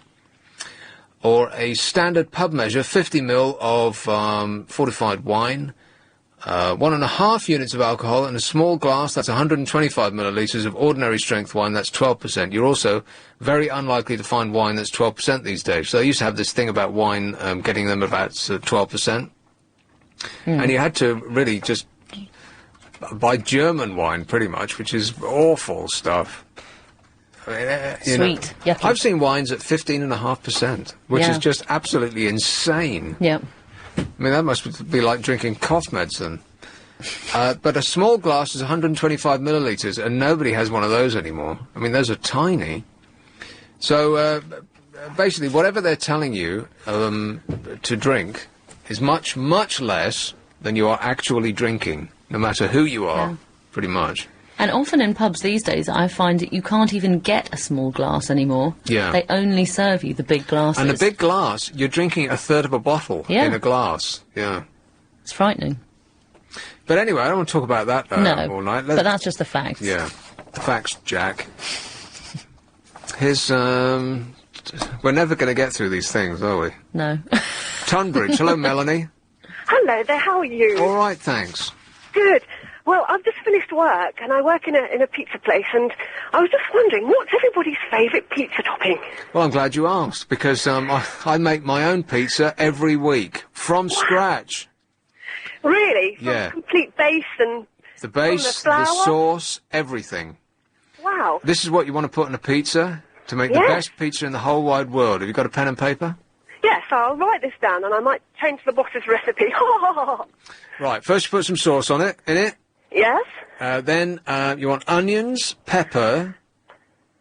Right. Let me see if I can get this straight. Chilies. Right. You've got to have tuna. Everybody has tuna on pizza these days. No, prawns. Big, fat, juicy prawns that have been... They cost a lot of money. Well, it's... yeah, but pizza's cheap, so, you know, splash out on the ingredients. We'll get them frozen. No, don't get them frozen. Yeah, that's not frozen. They don't taste so good. They taste a bit metally, you know, when you defrost them. That's exactly right, yeah. No, proper prawns, and they must be uncooked. They must be the grey type. Yes, the grey type that you turn pink just after a little... Precisely. And then you stick them in a bowl and pour olive oil all over them and crush some garlic in there and let them sit. Great. And then 3 different types of cheeses. You want a lot of mozzarella, you want cheddar and parmesan, and crucially, and most importantly, pineapple. And I know that anybody who's Italian will be going, I mean it, pineapple. Don't forget goat's cheese. That's the best cheese.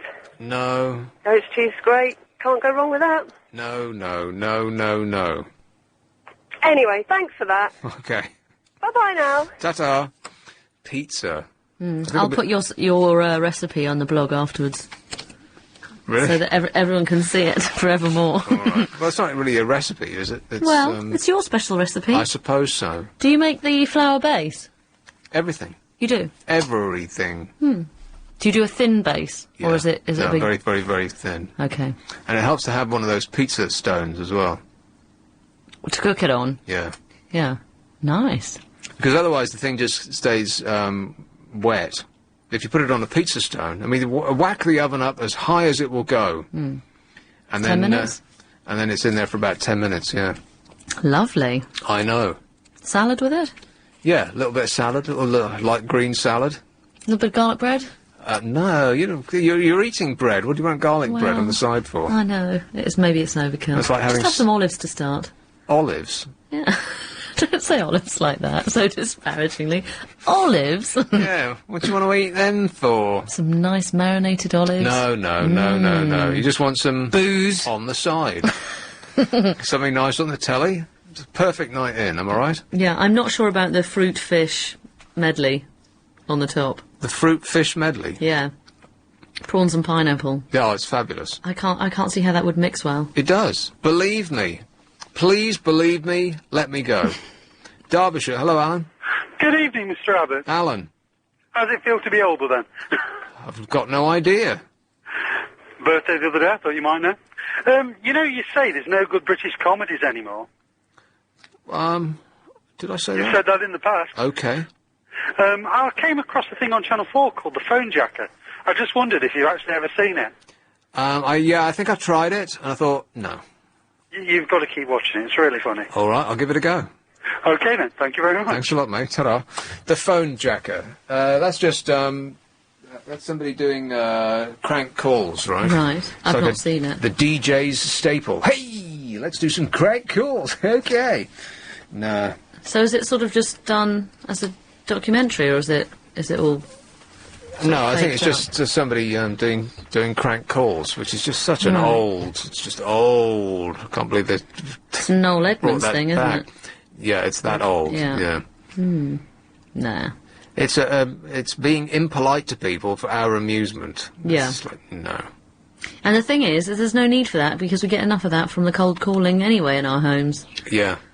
That does irritate me, but I've found out now, every time they ring and you get that little bit of silence just before they talk, yeah, that's we just right. put the phone down. Oh, well, that's not nice. No, straight away, because you know.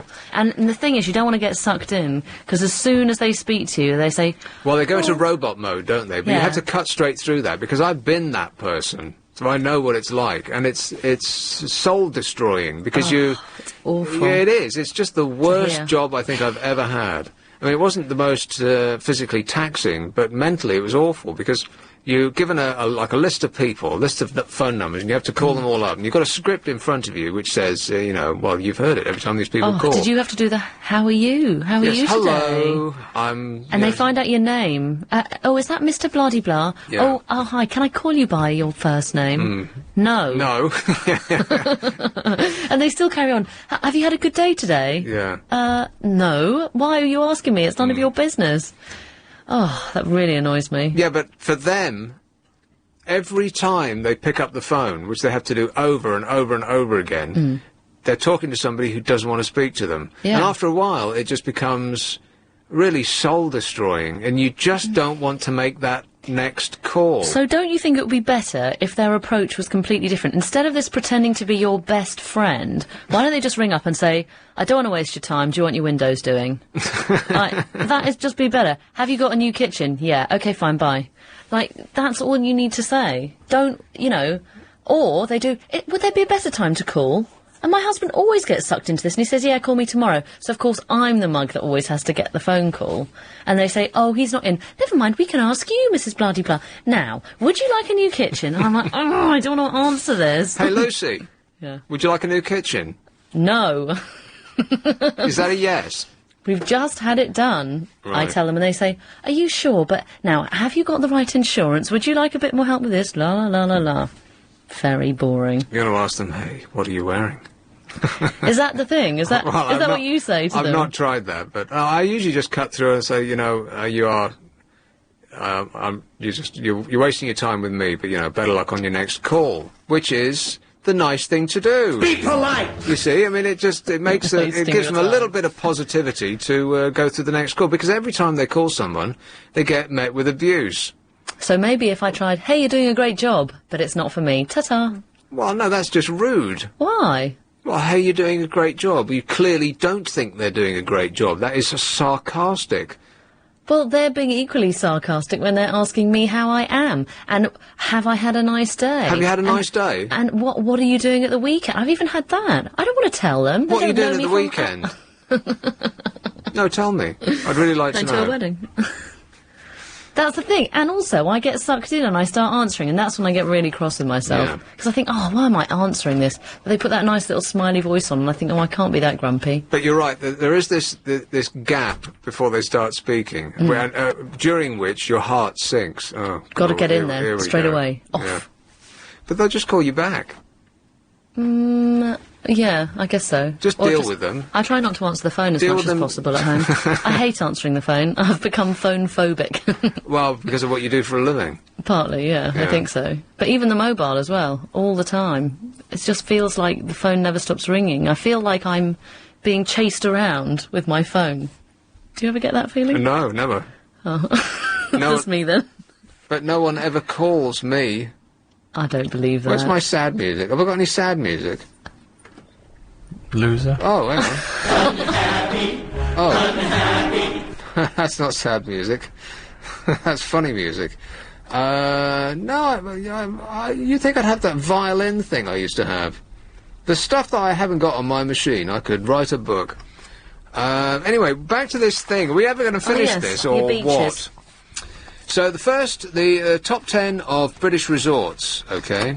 Yeah. Southwold in Suffolk, which is apparently just the very thing, was #1. I've never heard of it. It's probably quaint and lovely and very middle class. You'd fit right in, Luce.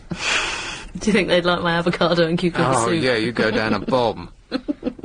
Newquay in Cornwall, which is, of course, where all the posh types go, right? They go and swarm in there. I bet it's nice in the winter, because there won't be anybody there. Only the locals. Yar. Yeah, it probably is a good time to go. Going from round there. Nice rambling walks. Yeah, it'd be bracing. Apparently, a walk by the seaside is the most dangerous thing you can do, bar none. Really? Yeah, more people get killed walking at the seaside than doing anything else. Well, how come? No, I have no idea. What on earth are they doing? No clue. Oh. I think I didn't read the article in full, but it was something of the order of the weather descends and you fall off a cliff. Right. Well, that's not funny.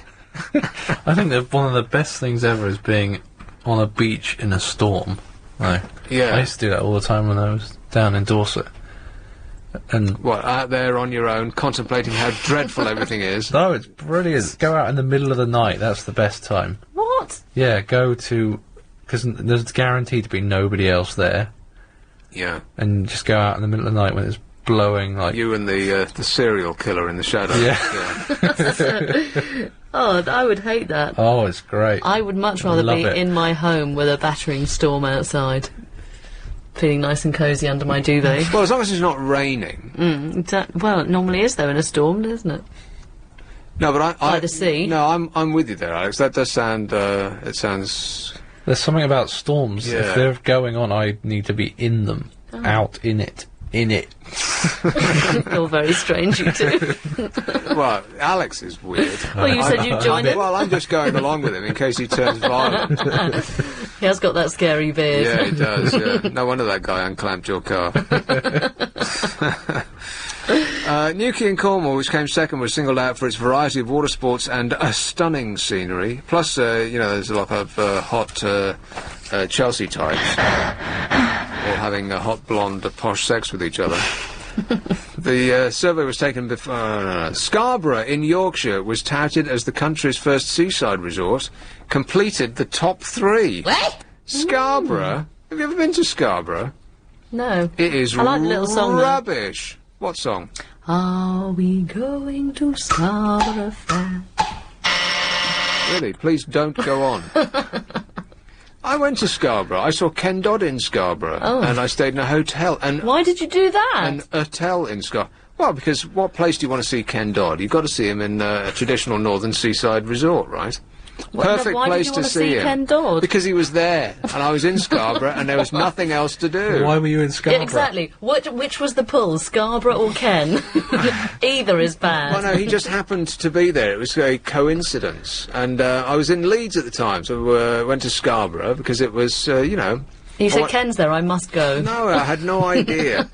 And so we just went because I wanted to explore that part of England. I was only in Leeds for 6 months. I thought I'm going to get in as much of Yorkshire and the surroundings as possible because it's beautiful.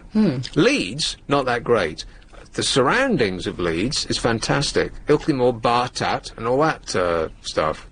They've got the Yorkshire Sculpture Park, which is great, and Scarborough, which is just down the road. Hull, not so good. There's no reason that any human being would ever want to go to Hull unless you actually lived there, in which case you have my commiserations. But Scarborough is, it was okay. You know, the actual coastline is nice, and they've got this sort of dilapidated ruin, like a ruin of a castle up on the cliff there. How was Ken? Ken was, it was the longest concert I've ever been to. Not even Bruce Springsteen lasted as long as Ken did. Was this the one that you left before you were still going? You started at 7. I've said this so many times on the air, Luce. You never listen to a word I say. No. He started at 7. I left at midnight because I couldn't take it anymore. He was still going. I kid you not. At midnight? At midnight. 5 hours later. God. That's worse than Eyes Wide Shut. Dear, dear. Scarborough in Yorkshire touted as the country's first seaside resort. Is that true? Don't know. It could quite possibly have been, because British seaside resorts used to be, after the invention of the train, I think it was the first place that people could actually go to and spend the penny that they got from working down pit or in mill. Why they throw glottal stops in there, I don't know. It's almost like making it more difficult. Yeah. The is easier because you can roll a word off the end of it, but just you have to stop, don't you? You first have to stop and light a fag. The town's, this is talking about Scarborough, the town's abundance of activities on offer, excellent places to eat and good quality accommodation were identified as its chief attractions. What? Now, anybody who's been to Scarborough will be coughing up their porridge at that one. It's got to be the worst place to eat I've ever been in my life. Nice calves? Blackpool notwithstanding. There's nowhere good to eat in Scarborough, not that I could see. It's awful. Nor is there anywhere good to stay. I stayed opposite, because you look up on the net before you go somewhere, right? Yeah. And so I was scanning it, and I came up with a place that was opposite a hotel that didn't even appear on any list. You Google accommodation in Scarborough, and the one place that doesn't show up is the Grand Hotel, which from the outside is one of the best buildings in the country. It is fantastic. It has to be one of the first of the grand hotels. Outside, it's a wonder. Inside, it's a hellhole. Yeah, it smells of cabbage and old people. Oh. Because I was staying in the hotel opposite, and when I saw out the window the Grand Hotel, I thought, why the hell am I staying in this dump? So you quickly checked out. I did. And did you? Seriously? Yes, and went across the road. No. Without really checking it out. Oh dear. And I went in the front door and my ears just... You need to do a little recce. Yeah. Pretend to use the facilities. I drooped on entry dear. because it did smell like a kitchen's, like a school's canteen. Oh dear, that sounds horrible. And even so the best thing to do is what? Go in a tent and take a sandwich? I think the best thing to do is go for the day and then come back home. Yeah, that's a bit of a trip, isn't it? This is the place that I went to eat just before going to see Ken. And everything on the menu came with stir-fry. Really? And that's not an exaggeration. Absolutely everything that's on the menu. That's a bizarre thing to give with you as a side, isn't it? Yeah, weird. And so I ordered the... roast beef with stir-fry? No, it was the fish with stir-fry. You had no choice. And roast potatoes. Stir-fry? Yeah. Surely it with chips with well, everything. you'd think, yeah. Unless you're having a nice kind of, you know, exotic fish. Well, I think that they just thought that nice it was Thai sophisticated to have a stir-fry. And I am not kidding. It came in like a high-sided plate. It was almost a bowl. And the stir-fry was like soup. It was actually swimming in oil. And I do mean swimming. There was about an oil and like water, it's water really. mixed. Yeah. It was it must have been an inch of water that the stir fry was in. And I said to the girl, "Can you? Why is there so much water in here?" And she said, "Oh, that's just how it comes." Because it's been sitting in the pan for so long that it's you're not supposed to al dente drain at all. it. I mean, and I said, well, could you drain this for me? She'd got no idea what I meant. So, no, don't eat in Scarborough and don't stay in Scarborough. But visit it by all means.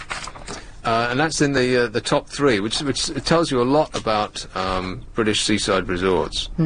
If Scarborough gets in the top 3, well... That's in the top 3? Yeah, then to hell with the planet. Just catch the plane to Spain. I mean, it's not worth it. I'm being clicked at again, ladies and gentlemen. Clickety-click. Help, I'm being abused. Hello and welcome to Are you trying to be funny? Because I'm all out of laughs. I just got told off during the course of that break. You put on your stern voice. I'm all a quiver. I don't want to go on. You're not scared of me. Anyway, with 7 minutes to go before the end of... Oh no, it's gone already, isn't it? Okay, so like I said... Congratulations, whoever won. That was nearly an hour ago. Yeah. Well, that's your fault. You're supposed to be producing this mess. Let's have one in Mayfair. Hello, Adam. All right, Nick, how you doing? All right, thanks. You're doing a good job. Keep up the good work. Cheers, mate. Yesterday I went down to Southend for the day. Southend? Now, you know what? You hit Liverpool Street, you get on the train, businesswoman next to me. I'll be in Romford in about an hour. You know you're on the right train. On your way down, I passed a place called Maryland. Ever heard of it? No. No, and I was asking people on the train, where are we? Maryland. It's just completely went over my head. I've never even heard of the place on the way down. Is that in Essex? It's somewhere in Essex, because I noticed on the way down there that there's a lot of telephone pylons very low, and there's fields with a lot of caravans in. So you do notice you're coming down towards Essex. Yeah, it sounds like Essex, yeah. So how was Southend? Well, it got to Southend, Victoria, which they're completely doing it all up. There's workmen everywhere, and you've got to go over this makeshift bridge through a shopping centre, which is full of dust and workmen. Yeah. And you get out, and you've got the main drag. Head down towards the seafront, which was a stormy day yesterday. It was quite nice down there, quite pleasant. Right. The sea breeze. Bracing. They're trying to rejuvenate the whole area. They've got signs up. Well, they've got a lot of work to do. Southend is terrible. It's the estuary. You've got all the ships out there, but it just... I don't know.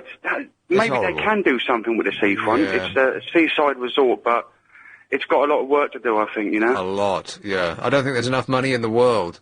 To get that whole... It was a good day out, though. It's good to get down to the seaside. Did you go to the end of the pier? I did, actually, yeah. It was, And when you got there, nothing was there, right? There was a few people there looking pretty efficient shit. You know, it's... I don't know, the people are different down there, I know that. Yeah, they are, yeah. Boisterous, and the girls wear big earrings and white trousers. Right. It's where nylon goes to die on the backsides of Southenders. And lots of fish and chip shops, of course. Yeah. You know, everywhere you turn, there's fish and chip shops, and there was a guy in a England outfit, you know, promoting the England-Germany game. Yeah. Hey? Bound to have been. But no, it's their national... About it, there's only Southend and Brighton near London, isn't Well, it? yeah, that's right. Go to Brighton. Do not go to Southend. There's nothing in Southend. At least there's something in Brighton. All right, it's good to hear you, Nick, and keep up the good work. Thanks, Adam. All right, see you, mate. We're not going to get through your little thing, are we? We'll have to do it when you come back, and that's not even going to be on Saturday. No, you have to wait a week Right. Saturday. Unless you want me to give it to Clive. No. You can wait. Yeah. Hold on to your material, because God knows you don't come up with much. Here is Lambeth. Hello, Iris. Hello, Nick. I just have to speak in defence of Scarborough. Oh, yeah. I've just come back. I came back last week, and I thought it was lovely. Where did you stay? I stayed in a small, well, it's a hotel, but a B&B called The Croft. Absolutely lovely place. Couldn't be better. In fact, I'm going to write to their tourist board to say how brilliant they are. Really? In the hope that they get in their ratings. Did you eat in Scarborough? Well, I've got friends there, so I was with them most of the time. Right. But when I was there last year, I can't remember it. It was a very nice Italian restaurant. And there's a place in the south bit with some name like Willy Winkle. Something like that. But it's a fish place, and the fish is brought in to the harbour a few yards away, and I think it really is true. And it's taken from them, and it's so fresh, and it really is lovely. They even do things like shark steaks, which I don't think I particularly want, and they do food other than fish, and it was really lovely. And Well, you're making me feel hungry now, Iris. yeah, but I must, honestly, I really do like Scarborough, even though I got... Yeah, I liked it. I liked it a lot. I suppose like to stay in there. Yeah, well, I suppose it just depends on where you... I mean, I just obviously picked the wrong restaurant and the wrong hotels. Well, I was right opposite the sea, had a sea view in my little room. Oh. And the breakfasts were lovely, and the people called Jed and Barbara, they were wonderful. Oh, Jed and Barbara, yeah. No, honestly, they were brilliant people. They've only had this place for just over a year. Right. Okay, well, listen, thanks a lot, Iris. Go and stay there, in the Croft. I absolutely will not do that, but thanks anyway, Hello, all right. No, cheers, ta-ra. Hackney, hello, Mark. Yeah, hi, Nick, how you doing? All right, thanks. Listen, the Grand in Scarborough, what a place. Picture this, mid-90s, about 12, 14 professionals of us, about 3 or 4 cars, a stag do, and one of them has booked the Grand in Scarborough. Yeah. We've driven up from London. We've all been to the charity shops, got our dresses and our party hats and our frocks and our brassieres and such like. Mm-hmm. And we are right up for a good time. To sum up the Grand, check-in, reception, uniformed staff, 2 huge oxygen tanks sitting against the wall behind them. Are you there? Are you with me? Yeah, I think I remember that, yeah. But I tell you what, though, it was a Butlins. I don't know whether it still is. We didn't know that before. Is that right? Yeah. I didn't know that either. There were a lot of older generation people there. We had wheelchair races up and down the corridors, all sorts. And I think we probably brought a bit of life to the place for the weekend. Right, I bet you're banned for life. Oh, not quite. But, yeah, I'd recommend it to anybody who wants to see a... Scarborough, yeah, it's a good day out, but take a packed lunch and a tent. Yeah. Absolutely. All right, thanks a lot, Mark. Cheers, bye-bye. Cheers, mate. Ta-ra. Well, Clive is back on Monday. I'm going to be back on Saturday night at 10 o'clock. Bill Buckley is coming up after the new news, and that's about it. Did you like it? No, sir, I didn't like it. Huh.